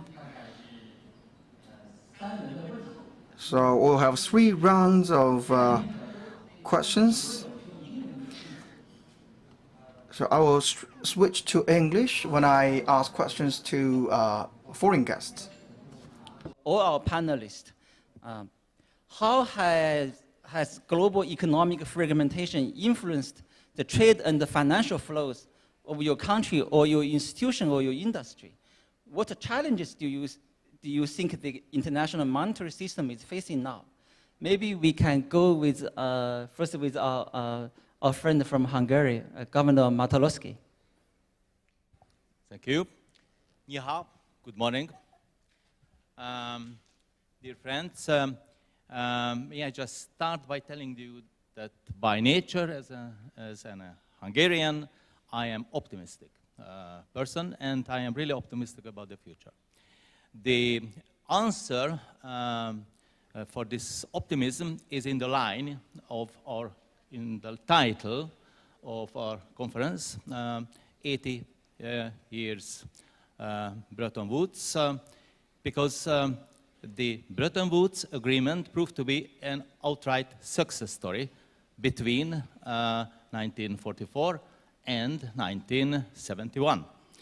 The main purposes were met. Japan, the destroyed and devastated countries were rebuilt. Japan, Germany, France, and Western Europe were all reconstructed. However, the success proved to be too much for the Americans, so President Nixon, as we know it, actually abandoned the Bretton Woods system by decoupling the US dollar from gold. After that, we know the revolution and evolution of finance leading to the present challenge. I am optimistic because we have to reread history in order to read the signals of our future. So the Bretton Woods Agreement proved to be a success, just up until one stage. It is also a signal about the cycles of economic history. We've got an 80 years long economic cycle, so fortunately or unfortunately, but it seems to be a pattern, we relive the 1940s. It means everything, because in the second half of the 1940s, the world was split into 2 or 3, but we were unfortunate to live under the Soviet Empire. So on one hand, we had the Bretton Woods Agreement. On the other hand, we couldn't preempt all the risks of a splitting world. Secondly, we mentioned the 1970s. Yes, that's another pattern called the 50 years long pattern. It seems to be repeating itself, not exactly the same events, but the pattern is there.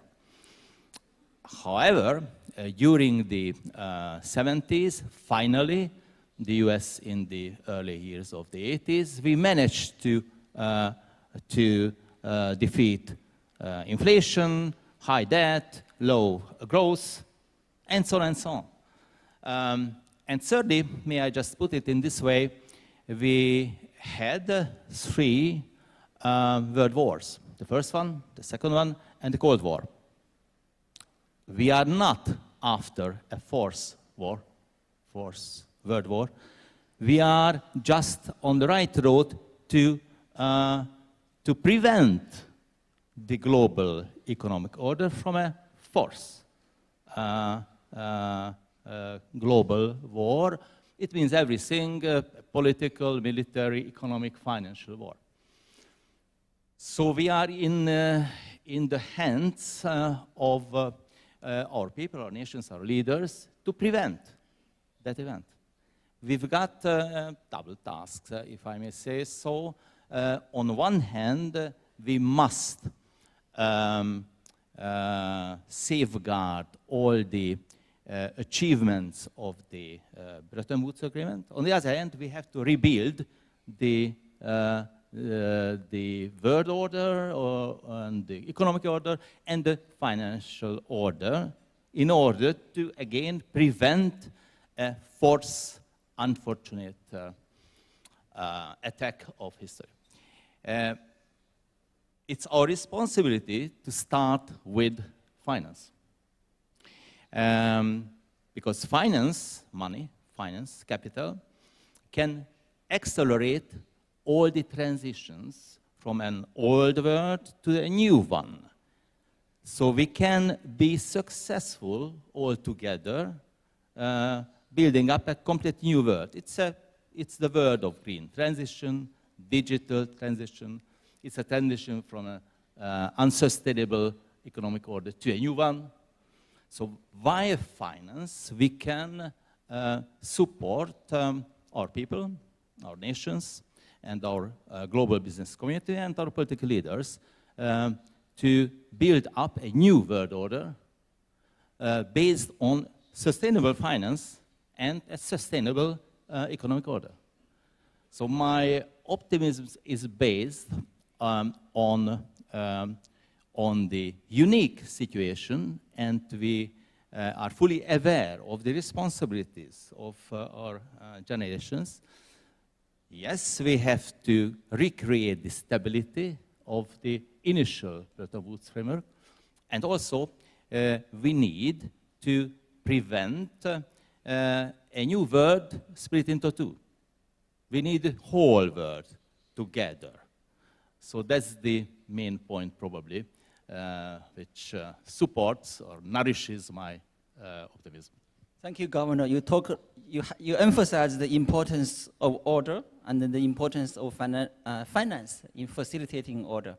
I do read a recent report by the IMF saying that, the global economic fragmentation is already similar to the Cold War level. So, Boris, do you see a similar pattern, maybe based on your own country experience? Well, if you look at Croatia's experience, we did not really feel much of the fragmentation. Actually, Croatia is doing very well over the last 4 years. Post-COVID has been growing fastest in European Union. But if I look, so we don't see it. We do see it somewhat through the global supply chains, because what happens with the small open economies is that they usually do not export directly, but they export through the global value chains. So in that sense, they are exposed to what happens with the world trade. But what we see with the overall world trade is that it has been, except for 2020, of course, with the COVID, it has been continuously growing, and it still grows at a somewhat slower pace, because the whole world economy is growing now more slowly, as was discussed in the previous discussions, but it is growing. However, we saw some of the redirection of trade. And that redirection of trade was, I would say, milder when it comes to the, for example, US-China trade, where basically a kind of a trade war started in 2018. And since then, we saw that the share of Chinese exports in the US imports came down by some 4 percentage points. but has been replaced then by the imports from Vietnam and Mexico. What we see at the same time is that China's exports to Vietnam increased very rapidly, and we see the Chinese FDIs and exports to Mexico also growing. So you have a very nice research by Laura Alfaro from Harvard, which looks at these channels of trade and FDIs, and it is questionable whether in that sense the US economy really can de-link from the dependence on the China global value chains, because they apparently find ways around to get to the US. On the other hand, then, of course, you have more trade of US with the Europe, which also fills in part of that gap. So overall, trade is growing. There is some redirection of the trade. The more permanent one seems to be the one associated with Russia and sanctions, because Europe has decoupled clearly from the Russian energy imports, and Russia has moved east to China and other possibilities that it finds.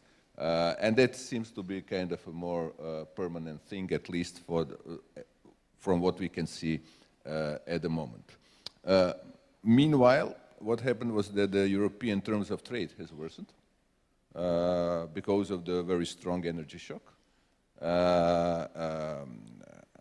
Gas, electricity are 2 to 3 times more expensive in Europe now than they are in the US. But then again, if you look at the terms of trade over the last 5-6 quarters, they have been recovering. So soon, basically, the terms of trade in the goods sector will come back to where they were before COVID and the Ukraine war. So, and in services sector, terms of trade are actually improving for Europe and for Croatia in particular. That's why Croatia is seeing a relatively good performance, as we see the rotation back from the demand for goods to the demand for the services. What shall we see in the future? As I said yesterday over the dinner, when I asked the Governor Zhu, is most probably we'll see much more concentration of trade here in Asia. By 2050, out of the 4 largest economies by nominal GDP in the world, 3 might be coming from Asia: China, India, and Indonesia. So because of the geography of trade, because of the increase in the size of these economies, and because of the proximity, you will have much more redirection of the trade in Asia. Now, how that trade, and this is this other part, when we come to the invoice currency of the trade and overall the role of the different currencies, how that trade will be invoiced, that's a much more difficult question. That's why I asked it to Governor Zhu, because I don't know the answer either. But it's much less obvious than the mere direction of the trade and the growth of the trade. There is clearly a strong incentive to move away from dollar in parts of the world, but as there is a strong incentive, there is also very high difficulty to do that, and it doesn't seem to be in the cards also for the foreseeable future, among other things for the reasons that we've heard yesterday evening. The US dollar market is very deep, very liquid, and very predictable in a way which is extremely important, and no alternative seems to be on the horizon in a relatively short time. So I would say much more clarity, in my view, on the trade developments than on, and I would say also on the role of the currencies, at least in the near term. In the longer term, we'll have to see. So Boris, trade landscape is changing both within bloc and across bloc, and Croatia seems to be benefiting it. Now let's move to Governor Briajan from Mongolia. Is Mongolia experiencing similar pattern as a connector country like Croatia or Hungary may be playing? Okay. Good morning. I mean, good afternoon. Our session is morning session. Now it's time is afternoon. Good afternoon to all of you. First of all, I would like to send my sincere gratitude to the organizer.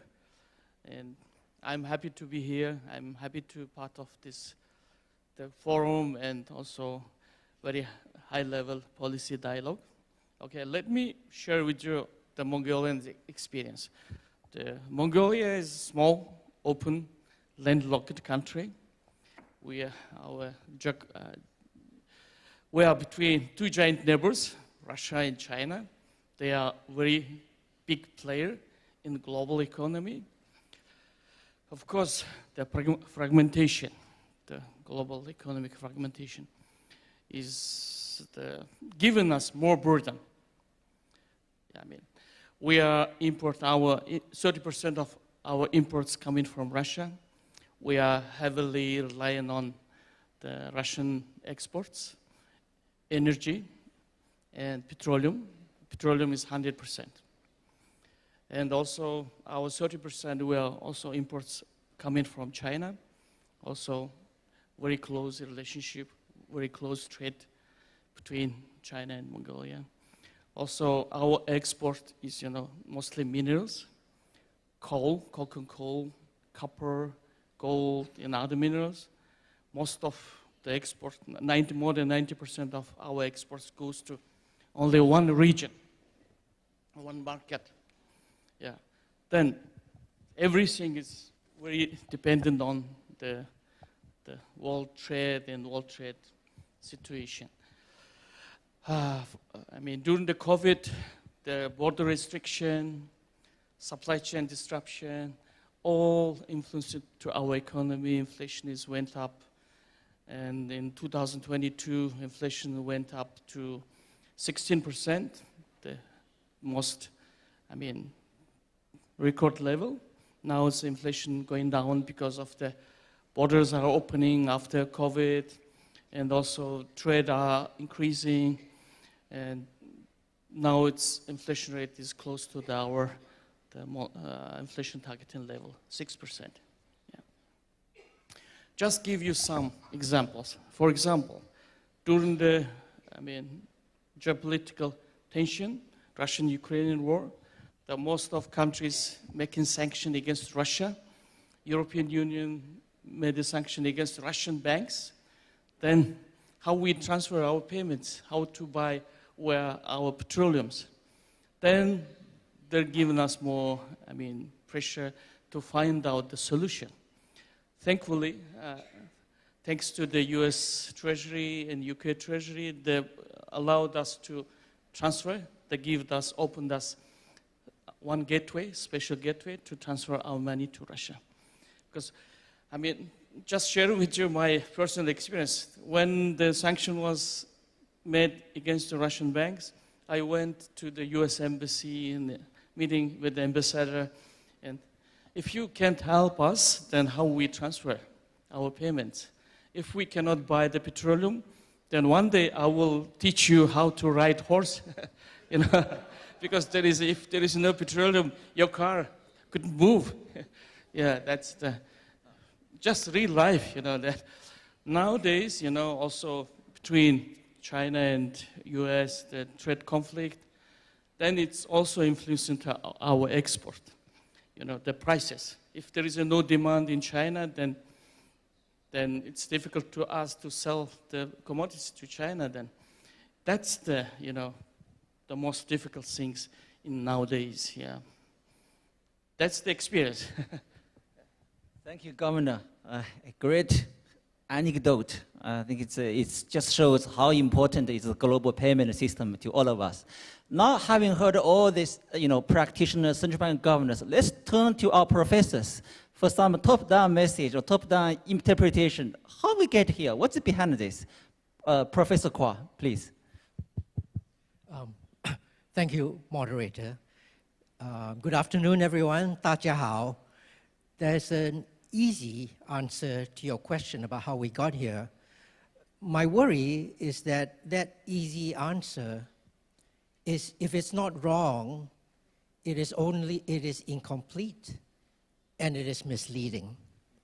So let me try and say why I say this. The simple answer about global fragmentation is that the world is now fraught with geopolitical rivalry. The competition between the United States and China is disrupting global supply chains, traditional global economic trading system, and if we could only repair that, we could go back to the world that we had previously. I think that answer is too simple and it's misleading. The world that we had previously is the one that was so vividly described to us in the conversation with Governor Chu Min and Mike Spence. Mike and Chu Min referred to a world that was founded on efficiency and comparative advantage. That was a world that worked beautifully. That world, however, in a way that we didn't realize, was costly to maintain. It was costly because it required the provision of global public goods, peace and stability, a safe and secure global trading system. But also, not often noticed, is the attitude that says that you need a level playing field. And in that level playing field, sometimes some nations win, other times you don't win. And when you don't win, the response is not to say, this game is not a good game, I don't want to play it anymore, let me collect all the goalposts and leave the playing field. The right response is when you don't win, is to say, how can I become more productive? How can I improve my economy so I can compete with the best in the world? These things are costly to maintain. And what we've seen in the last couple of decades is that the cost of maintaining that system is now no longer willingly supported by the main players in the global economy. Let me make very clear, I live and work in a small, open economy. I live and work outside the United States and China. I am not so bold as to come and say, this is what America must do, this is what China must do. Not at all. Every nation needs to decide what's best for itself. So what's undermined the system then, we realize, is that the cost of maintaining that system has become too high. And that's led to two responses. A first response is US-China rivalry. The idea that there's a lot of competition over security, over standards, over control of different parts of the global economy, over jobs, over industry, over technologies of the future. And in that competition, there's a tendency for at least one of those players to say, I'm not really winning at this game anymore, so I'm going to leave it. I'm going to pull back. I'm going to no longer be part of this system. But the second reason why we're seeing this fragmentation that you refer to, moderator, is that as the world advanced and evolved, and it became clear that maintaining the cost of the global public goods that keep the global economy integrated were becoming higher and higher, the rich countries in the world saw that the benefits they derived from providing those global public goods were now shared more and more by others, other than themselves. This is inevitable as the world became more multipolar. We previously lived in a world that was unipolar, that had a hegemon, who when it provided public goods to the system, it got a lot of those benefits. That's no longer true. So it wants to pull back. But that's not unique to the United States. All rich countries that have exercised global leadership in that way want to pull back. So the 2 points that I've just made, it is costly to maintain that system.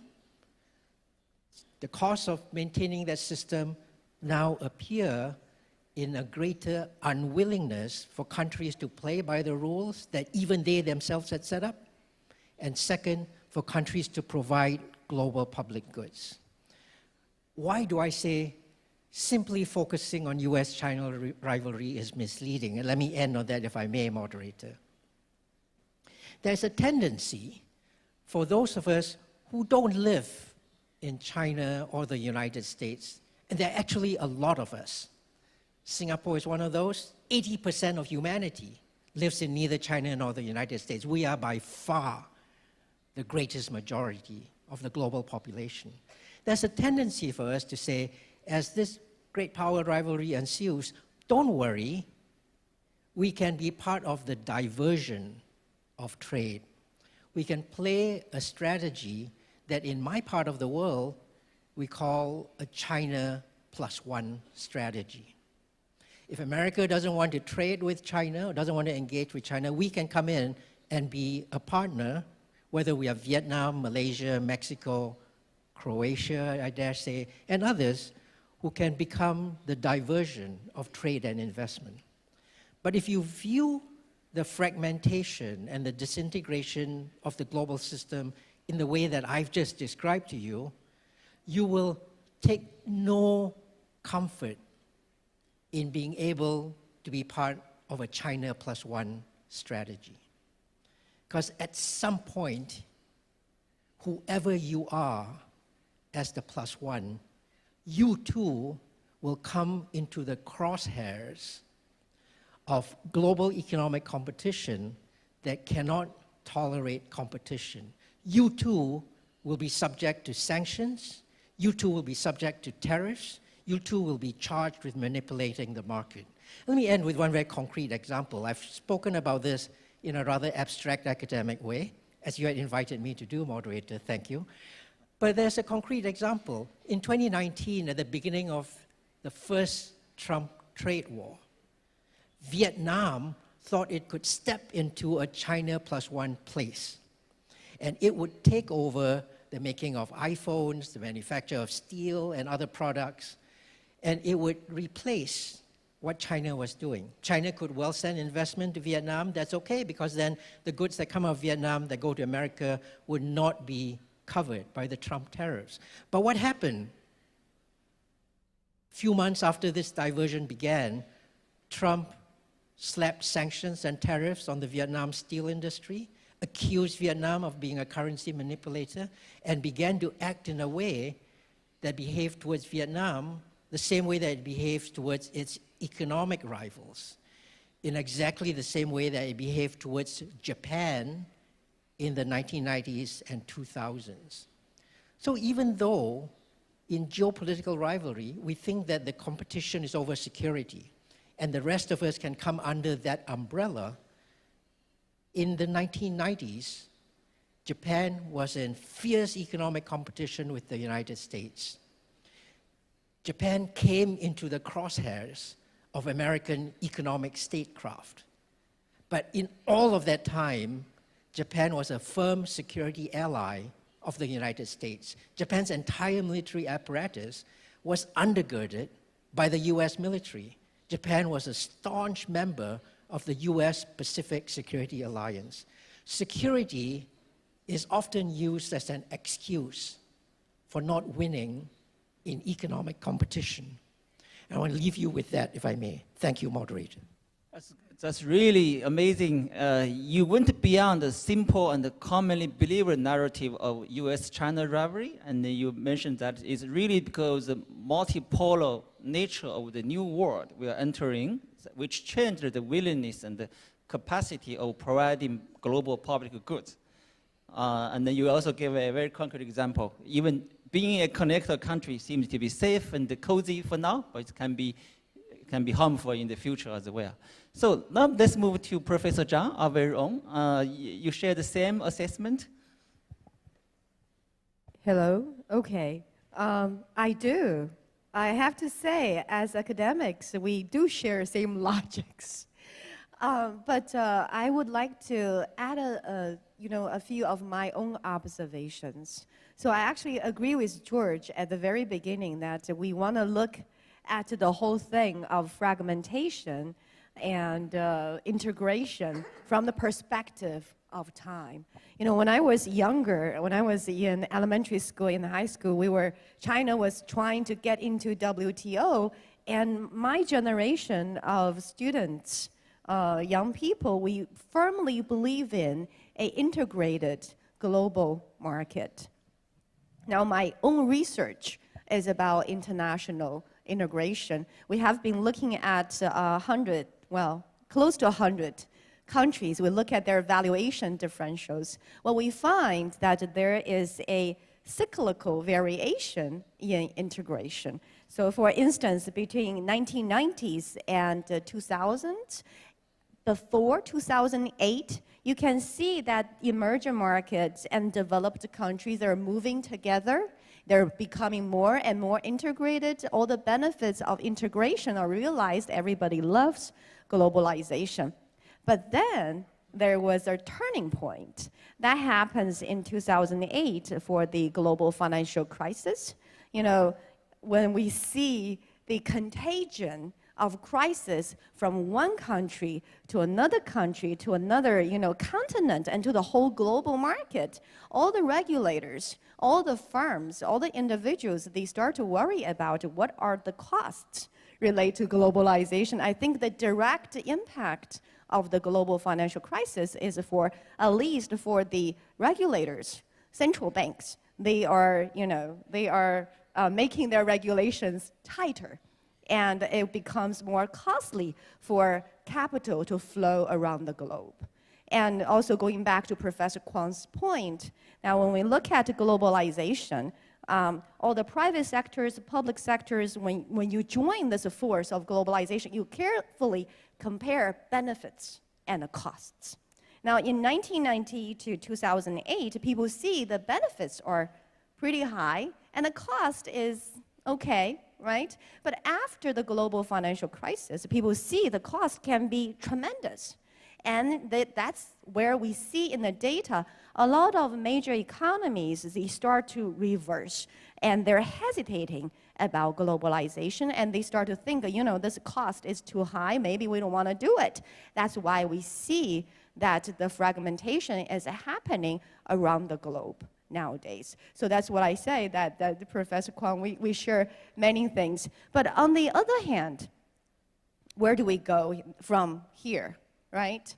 We're at a very critical point of time that, I'm very happy that today we were able to invite so many friends, important friends, to sit at the same table to talk about how we can join force and have some collaborations and stop this fragmentation, keep going. Why is that important? Because fragmentation has very serious cost. Very serious cost. I was at other international conferences when we talk to financial institutions, they feel the pain directly. They say, right now, when the capital cannot flow across borders, our business becomes very less profitable. We have so much cost, and then, as banks or investors, we have to, the cross-border capital flow has to be reduced, the payment system is a pain, and so on and so forth. So they feel the pain the first. But then when we think about, for a regular company, they have exports, imports, and given all the rising cost, their business will they will shrink, somehow, in some way, right? It's going to negatively affect their business. And then when we talk about individual people, ordinary people, we're talking about employment, cost of living, all of these will be negatively affected by fragmentation. So we are at a very critical point. Over the past, starting from 2008, global market has been fragmenting, and you may not feel that we're at a breaking point, but I hate to say we are pretty close to the breaking point, and whenever it's breaking, it's becoming too hard. So those are just my simple observations. Thank you. Thank you, Professor Zhang. Globalization has a benefit and a cost, but fragmentation just way too costly. We better not go there. Mr. Castelli, thanks for your long wait. I had an impression, last year I wrote a paper presented at the Floating Exchange at the 50 conference in the US. I think finance, first and foremost, is the first to fragment. Financial flows, they act way before everything else. Is that true? In short, not yet, I would say. And let me elaborate on that, maybe as the only representative. First of all, thank you very much. I'm the only representative of a financial institution, so I will be very careful about what I say. But I would like to start from 3 points. Where we are in financial globalization, what happened more recently with the weaponization of the dollar, and eventually what does it mean for the role of the US dollar, which I think is part of the conversation that we have this morning. Let me start financial globalization. In my view, what we are seeing today is not just something that started in the last 2 years, but it actually started with the great financial crisis. If you look very carefully at the data, both on international trade, but also on global capital flows, this was a trend which has very deep roots, and that the roots are in the great financial crisis. Global financial flows, as we knew them in the period of, let's say, 90s, early 2000, they never recovered to the level that we had before the great financial crisis. So financial globalization has been slowing down, if you want, already for quite a while. Basically, we're talking about more than a decade. But then, of course, we have a second wave, I would say. And the second wave came from, I would point it out in terms of timing with the Trump election. Protectionists kick in, and we start to have trade, duties, etc. And I don't repeat what other speakers said, academics much better than me, but we are now consensus on protectionism has become the new consensus. Countries are competing one with another. We are waiting for Europe to see whether they will copycat the US on EVs or they will go more light or different. I think everybody's observing that. But from a financial globalization point of view, what has really been a fundamental change has been the sanction against the Central Bank of Russia. Because we signal that the US was prepared to use the dominant role of the US dollar as a tool for geopolitical reasons, something which probably was already done before, but not with the same strength and magnitude which has become evident as the US-China confrontation developed. So the question that I've asked myself very often when I go to talk to investors, and here I'm including investors, both public investors like central banks, sovereign wealth funds, and private investors like pension funds, etc. The first 15 minutes is about the geopolitics. Why we're worried, what would happen if Trump wins, what will happen if NATO is dragged into a conflict over Ukraine, what happens if the US-China confrontation turns more sour and even military, what would happen to the market. But then once you start having the chit-chat about geopolitics, the second question is, have you done something in your global portfolio to reflect this geopolitical concern? And the answer is actually no. And that's why I'm going back to the short answer that I gave you at the beginning. The first things that I would expect from an investor, if you're concerned about geopolitics and then weaponization of the US dollar, is to reduce the US dollar allocation in your global portfolio. Has this happened so far? Actually not. Yes, the dollar, if I look at, for instance, foreign exchange reserve, in the last 15, 20 years has been gently coming down, which I think is also something that you should expect when the US dollar economy share of the world shrink so dramatically and China's share and over emerging market increase.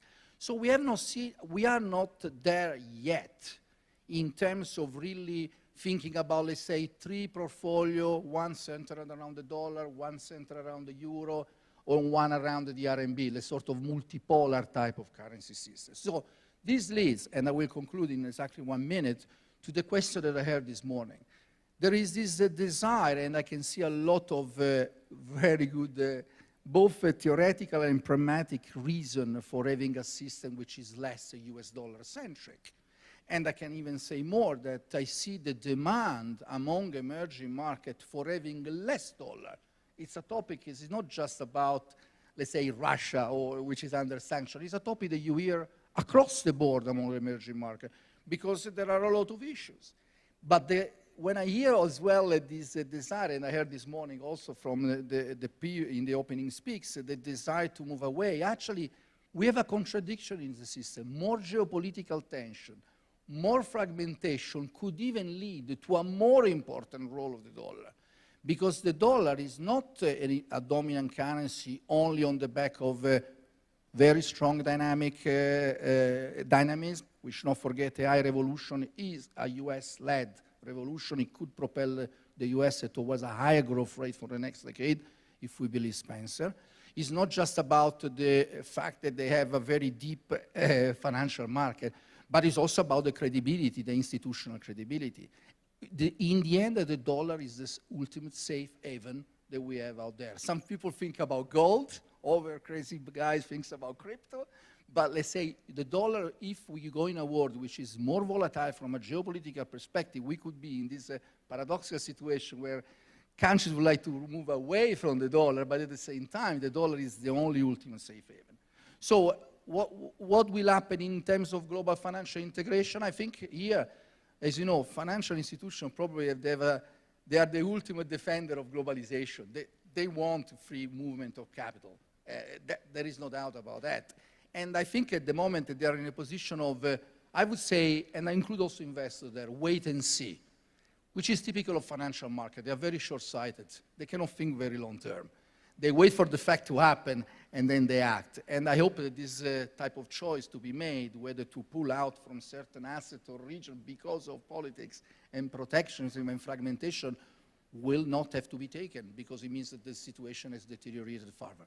I stop here. Sorry. Thank you. Thank you, Ms. Castelli. I hope you are right. Finance is, in essence, is global. Let's hope it keeps its essence. Now, given time limit, I would like to go another round of very short questions and short answers before I open the floor at 1 o'clock.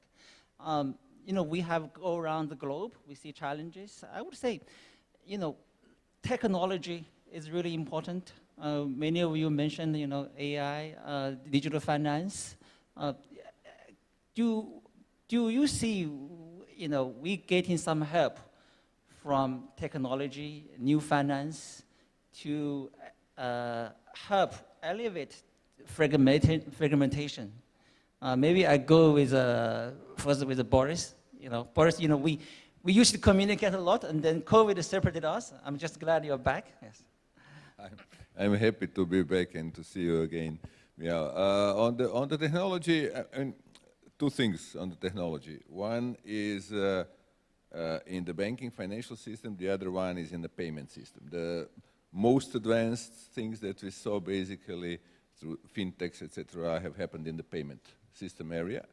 And on one hand, that in a way helps the fragmentation of the systems, in a way that when I go by taxi now to Hangzhou, it's difficult for me to pay because I either have a cash or I have a card, and they don't accept neither.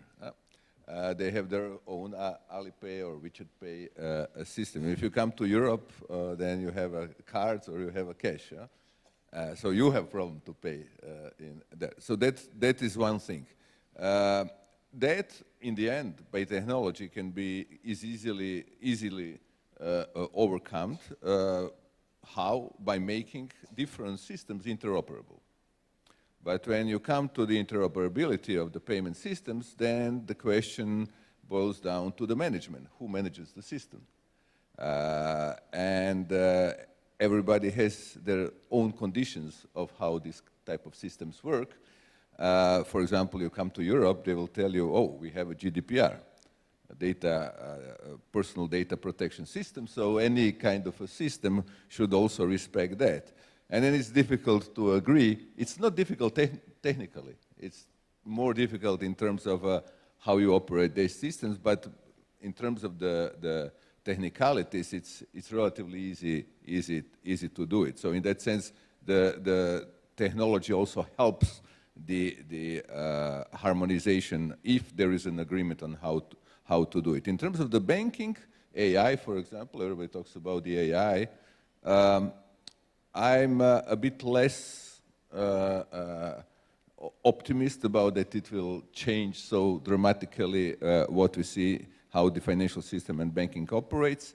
If you remember, Bill Gates said some years ago, we need banking, but we don't need banks. And then everybody said, oh, there will be no more banks because all these tech giants will take over. Nothing of that has happened.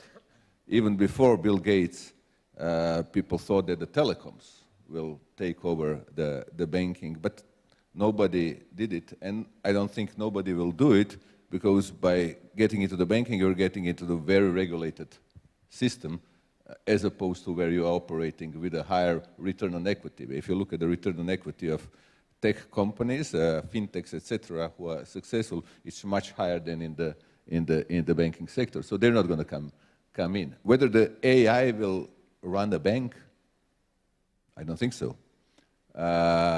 If you see what is the fantastically automated industry, airplane.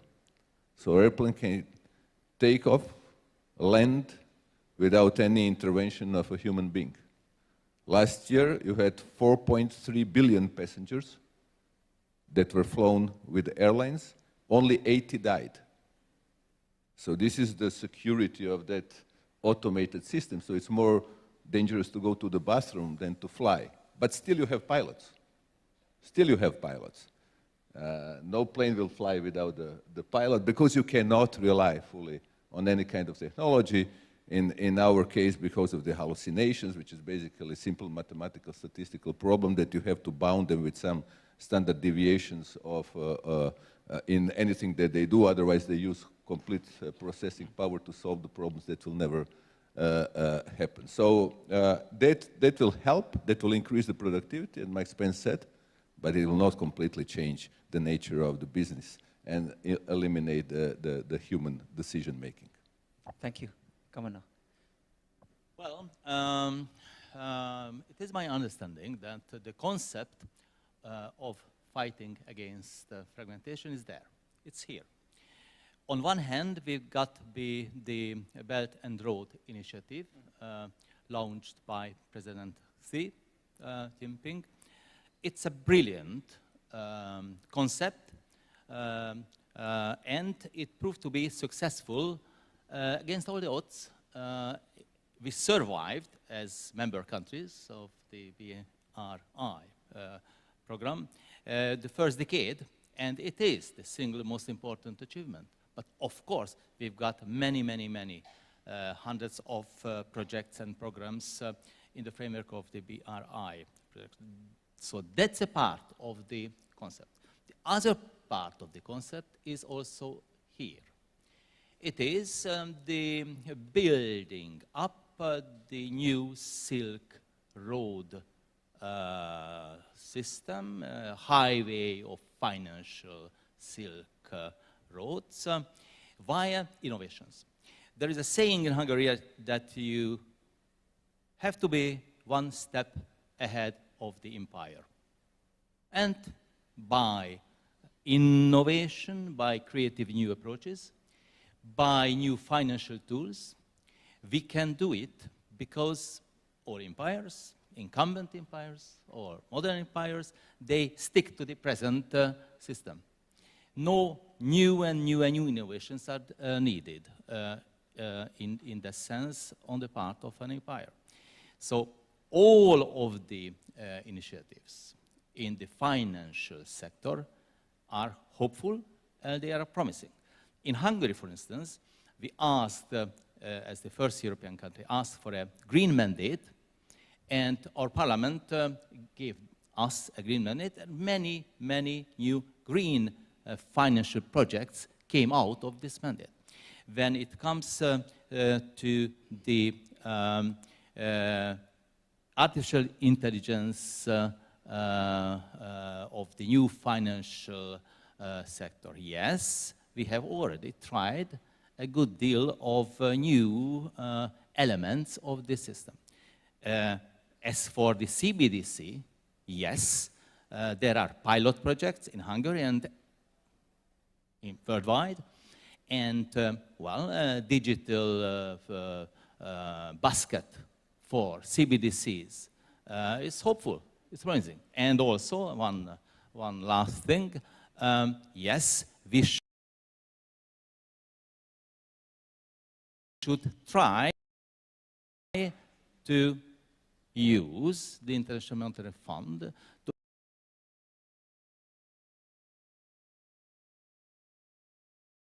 in our basket. But it's an uphill struggle, we all know that. Why don't we need a new approach, a new concept? It's here, the elements are here, and we have to put them together. Thank you, Governor. Financial innovation to facilitate financial cooperation across border. We have to limit for our next four speakers, maybe 1 minute each. Governor Birajan. May I have some more minutes? Because I didn't sum up my previous answers, you know. Just because I took some examples, what is the real life there. Then maybe in this forum, I mean, Mongolia is representing small open economy, because we all always discussing about the giant countries like Big Seven, you know, US, China, and other European Union. But just I would like to give you some examples. If there is a fragmentation between two giant countries, or if there is integration between them, they're always giving us sometimes bonus and benefit, sometimes it's a burden. For example, in our country's experience shows that increased the risk of the global fragmentation entails more risks in developing countries reliant on external demand and foreign trade. That's the issue. That's why I took that examples. Then my side, I would like to raise just two ideas might be help. The first one is to strengthen monetary cooperation to facilitate trade. On the bilateral level, wide-ranging regional cooperation in these areas still lagging, because, you know, in country of Mongolia side, we have only the swap agreement between two central banks, with People's Bank of China and Bank of Mongolia. But no other Asian countries, not yet we signed that swap agreement. That swap agreement helping us to export more goods to China, import more goods from China. That's the one thing. Second thing is, I would like to raise another thing is the formulas, you know. The economy is more vulnerable to external shocks are those needing resources. For example, if some countries has a deficit in balance of payment or deficit in budget, we will always ask assistance to the IMF and World Bank. But there is a formula. The formulas often, you know, it's like assessment of the recipient country's policy quality and institutional framework. They're always asking us more tighter policy. Also, if it's small economy, then they distribute small part. If it's big economy, they're given big part. If, for example, the climate change issues, that's the global issue, not depends on small size country or big size country. That's why might be the IMF and World Bank, they should consider the distribution of the assistance, the size of money. That's very important. For digitalization, you know the Mongolia, the big land country, 1.5 million square, only 3.6 million people living there, very spread it out. Then the banking sector is very important. Nowadays, all our people has an account, bank account and bank cards. Then that's the benefit of the digital revolution in the banking sector. Now, the youngsters in the street, I mean, when they go to the shop, they don't need the cash. They just, the phone, the QR code, scan it, they can buy it. Also in the countryside, even even in the small, I mean, few families living in the mountain area, but banks cannot open the branch there. But they have a mobile phones. They can use mobile phones making transaction. Last year, I went to the countryside. I bought some milk products from Hertz. But they don't have a, they have only mobile phone. I have a mobile phone, but there is a network. Then she gave me the account number. I just transferred my payment through the mobile payment. Just after 1 second, there is signal.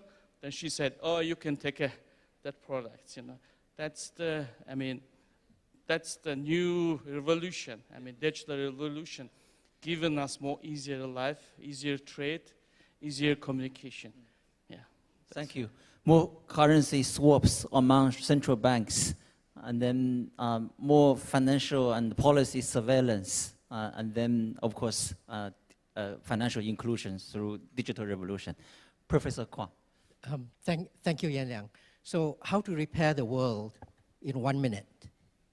So we may make 3 points. We all agree that we want the great powers and all the global economy to cooperate on solving the great challenges of our time. Okay. So my first point is, here's a strategy that doesn't work. Pleading. All the rest of us go up to the great powers and beg them, please, can you help repair the world? They already know that they need to repair the world. They already know that we need global public goods. But they're not minded to do so because it's not in their incentive to do so. I'm enough of a realist to accept that. So the first thing that doesn't work is pleading. The second point also doesn't work, and that's resignation. Let's just, all the rest of us who are not great powers, be resigned to our fate. We recognize that many of us can build bridges, but only one of 2 of us can move mountains.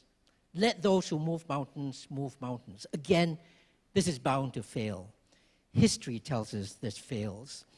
The great Thucydides, the historian, all of us in this room know about the Thucydides trap, that great powers will have a tendency to go to war when one challenges the other. But the other thing, another thing that Thucydides wrote is that the great powers do what they will, the rest of us suffer what we must. This also doesn't work. So my third point, which is where I end with, is what does work? Well, here's a crazy idea. Those of us who need the global economy the most are the least powerful in the world. We are the small states. We are the ones for whom trade is existential. We are the ones that really need trade and a functioning global economy to survive and to thrive. The demand side for global governance is high among small states. The supply side for global governance is low among the great powers. So here's my crazy idea. Let's hand global governance over to small states. Let's let the small states run the world for a bit. Let's design global institutions that privilege small states. Thank you very much. Professor, just one quick response. You remind me what Henry Kissinger, in his book Leadership, he described about Lee Kuan Yew. You are the dean of that school. He said, Lee Kuan Yew, first meeting in Harvard, he's not pleading, he's not resignation. He always appealed to America's own interest. You're not helping me, you're helping yourself. I think that's really a very outside the box idea. Maybe I want you to, Professor Zhang, to be the last speaker, because you're the speaker, yes, because you're kind of like a host. Mr. Castelli. Well, I guess on digitization, very quickly, and I will be very brief. There are 3 dimensions that we look more sort of from a financial institution. The first one is, of course, the AI financial efficiency, the efficiency that you can gain in banking. Typical example, back office. I will not make very boring, but it really speed up the process Probably we're moving to a world from T+1 settlement to instant settlement in a lot of transactions. That's one dimension. Probably the less exciting, if you want, but still very important.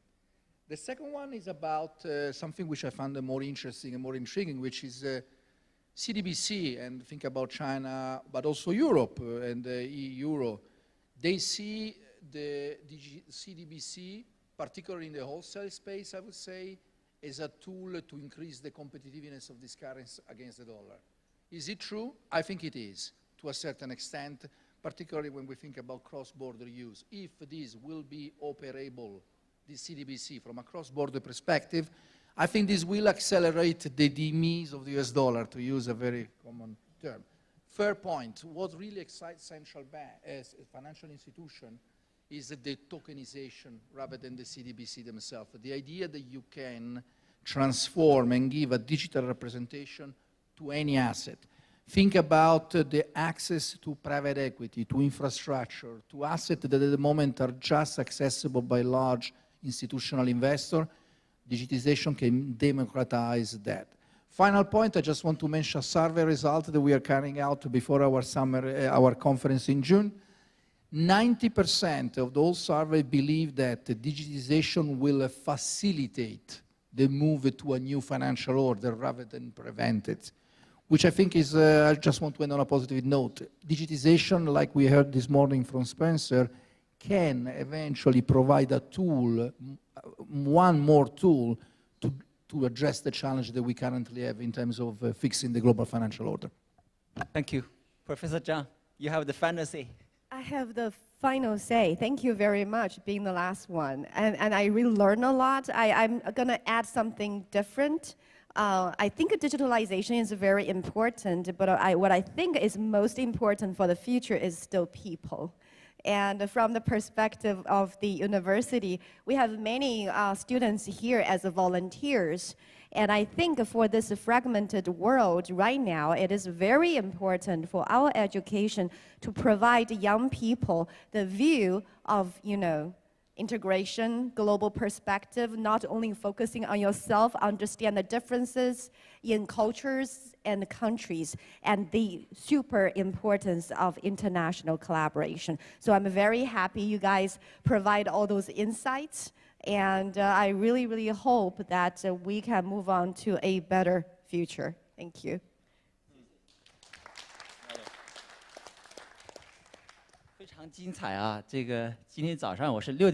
Wow, excellent discussion. Well, actually, Governor Zhu's assistant asked me to raise questions during the roundtable discussion. So now I open the floor.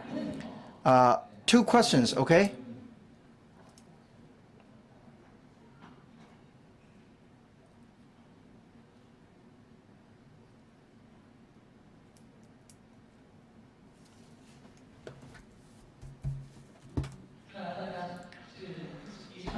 Well, after a long morning, well, we have one.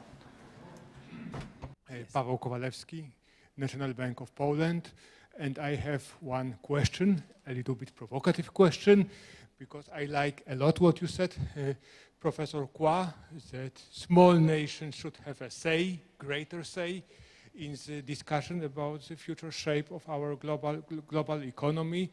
But in order to meet or in order to conquer the fragmentation, do we really need not only global society, but a society with global mentality? Because I came here to China and I realized how ignorant I was about East Asia. Obviously, until my trip to China, I was very convinced that I know a lot about China, but 3 days were enough to realize that I am very ignorant. And I dare to say that I'm not only one European to make such a bitter admission. When it comes to policymakers, because after all, you made a nice plea in favor of smaller nations, I will be very happy to see that hint being implemented into reality, but I will be even more happy once those great policymakers will be able to distinguish Slovenia from Slovakia, yes? And just again, this is an example of how Europhile I am, yes? But move to South America. I spent a couple of years of South America. If those decision makers sitting in Washington, in Beijing, perhaps in Frankfurt, will be able to distinguish Paraguay from Uruguay, then I guess there will be some hope about conquering fragmentations. Otherwise, I'm very pessimistic, contrary to Mr. Matolksi, but as a Pole, I have something what German calls Zweckpessimismus, being very pessimistic, but still I hope that one day some optimism will prevail. Thank you very much. Thank you very much. Thank you very much, Your Excellency, for such a wonderful, thought-provoking question. Let me say I agree with you completely. We need a greater global understanding, and that happens that we need that not just at individual levels, ordinary people, working people level, but we need that at the very highest levels of policy making.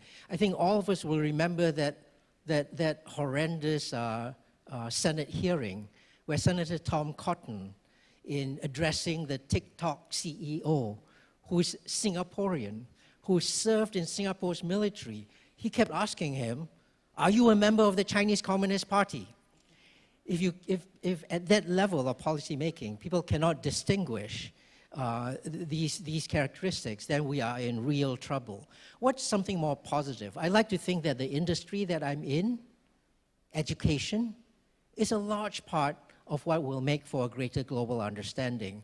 We think back to the early 1980s when the first article of agreement signed between the United States and China in the normalization of relations was the article of agreement on the exchange of students and scholars. It was about bringing Chinese students to America and having as much flow of students across the world as possible. My school, the Lee Kuan Yew School, wants to contribute to that. We're a very small school, but 80% of my students are from all over the world. We're truly international, and we think that it's by doing that, by attacking at all levels, the kind of discourse that we're having here among very important people, a discourse that happens at ordinary people, reading newspapers level, tourists, travelers, discourse at students, that we'll be able to build this better global mentality, which we terribly, terribly need. Thank you very much. 谢谢。我们最后又回到了很重要的一个主题，就是教育啊。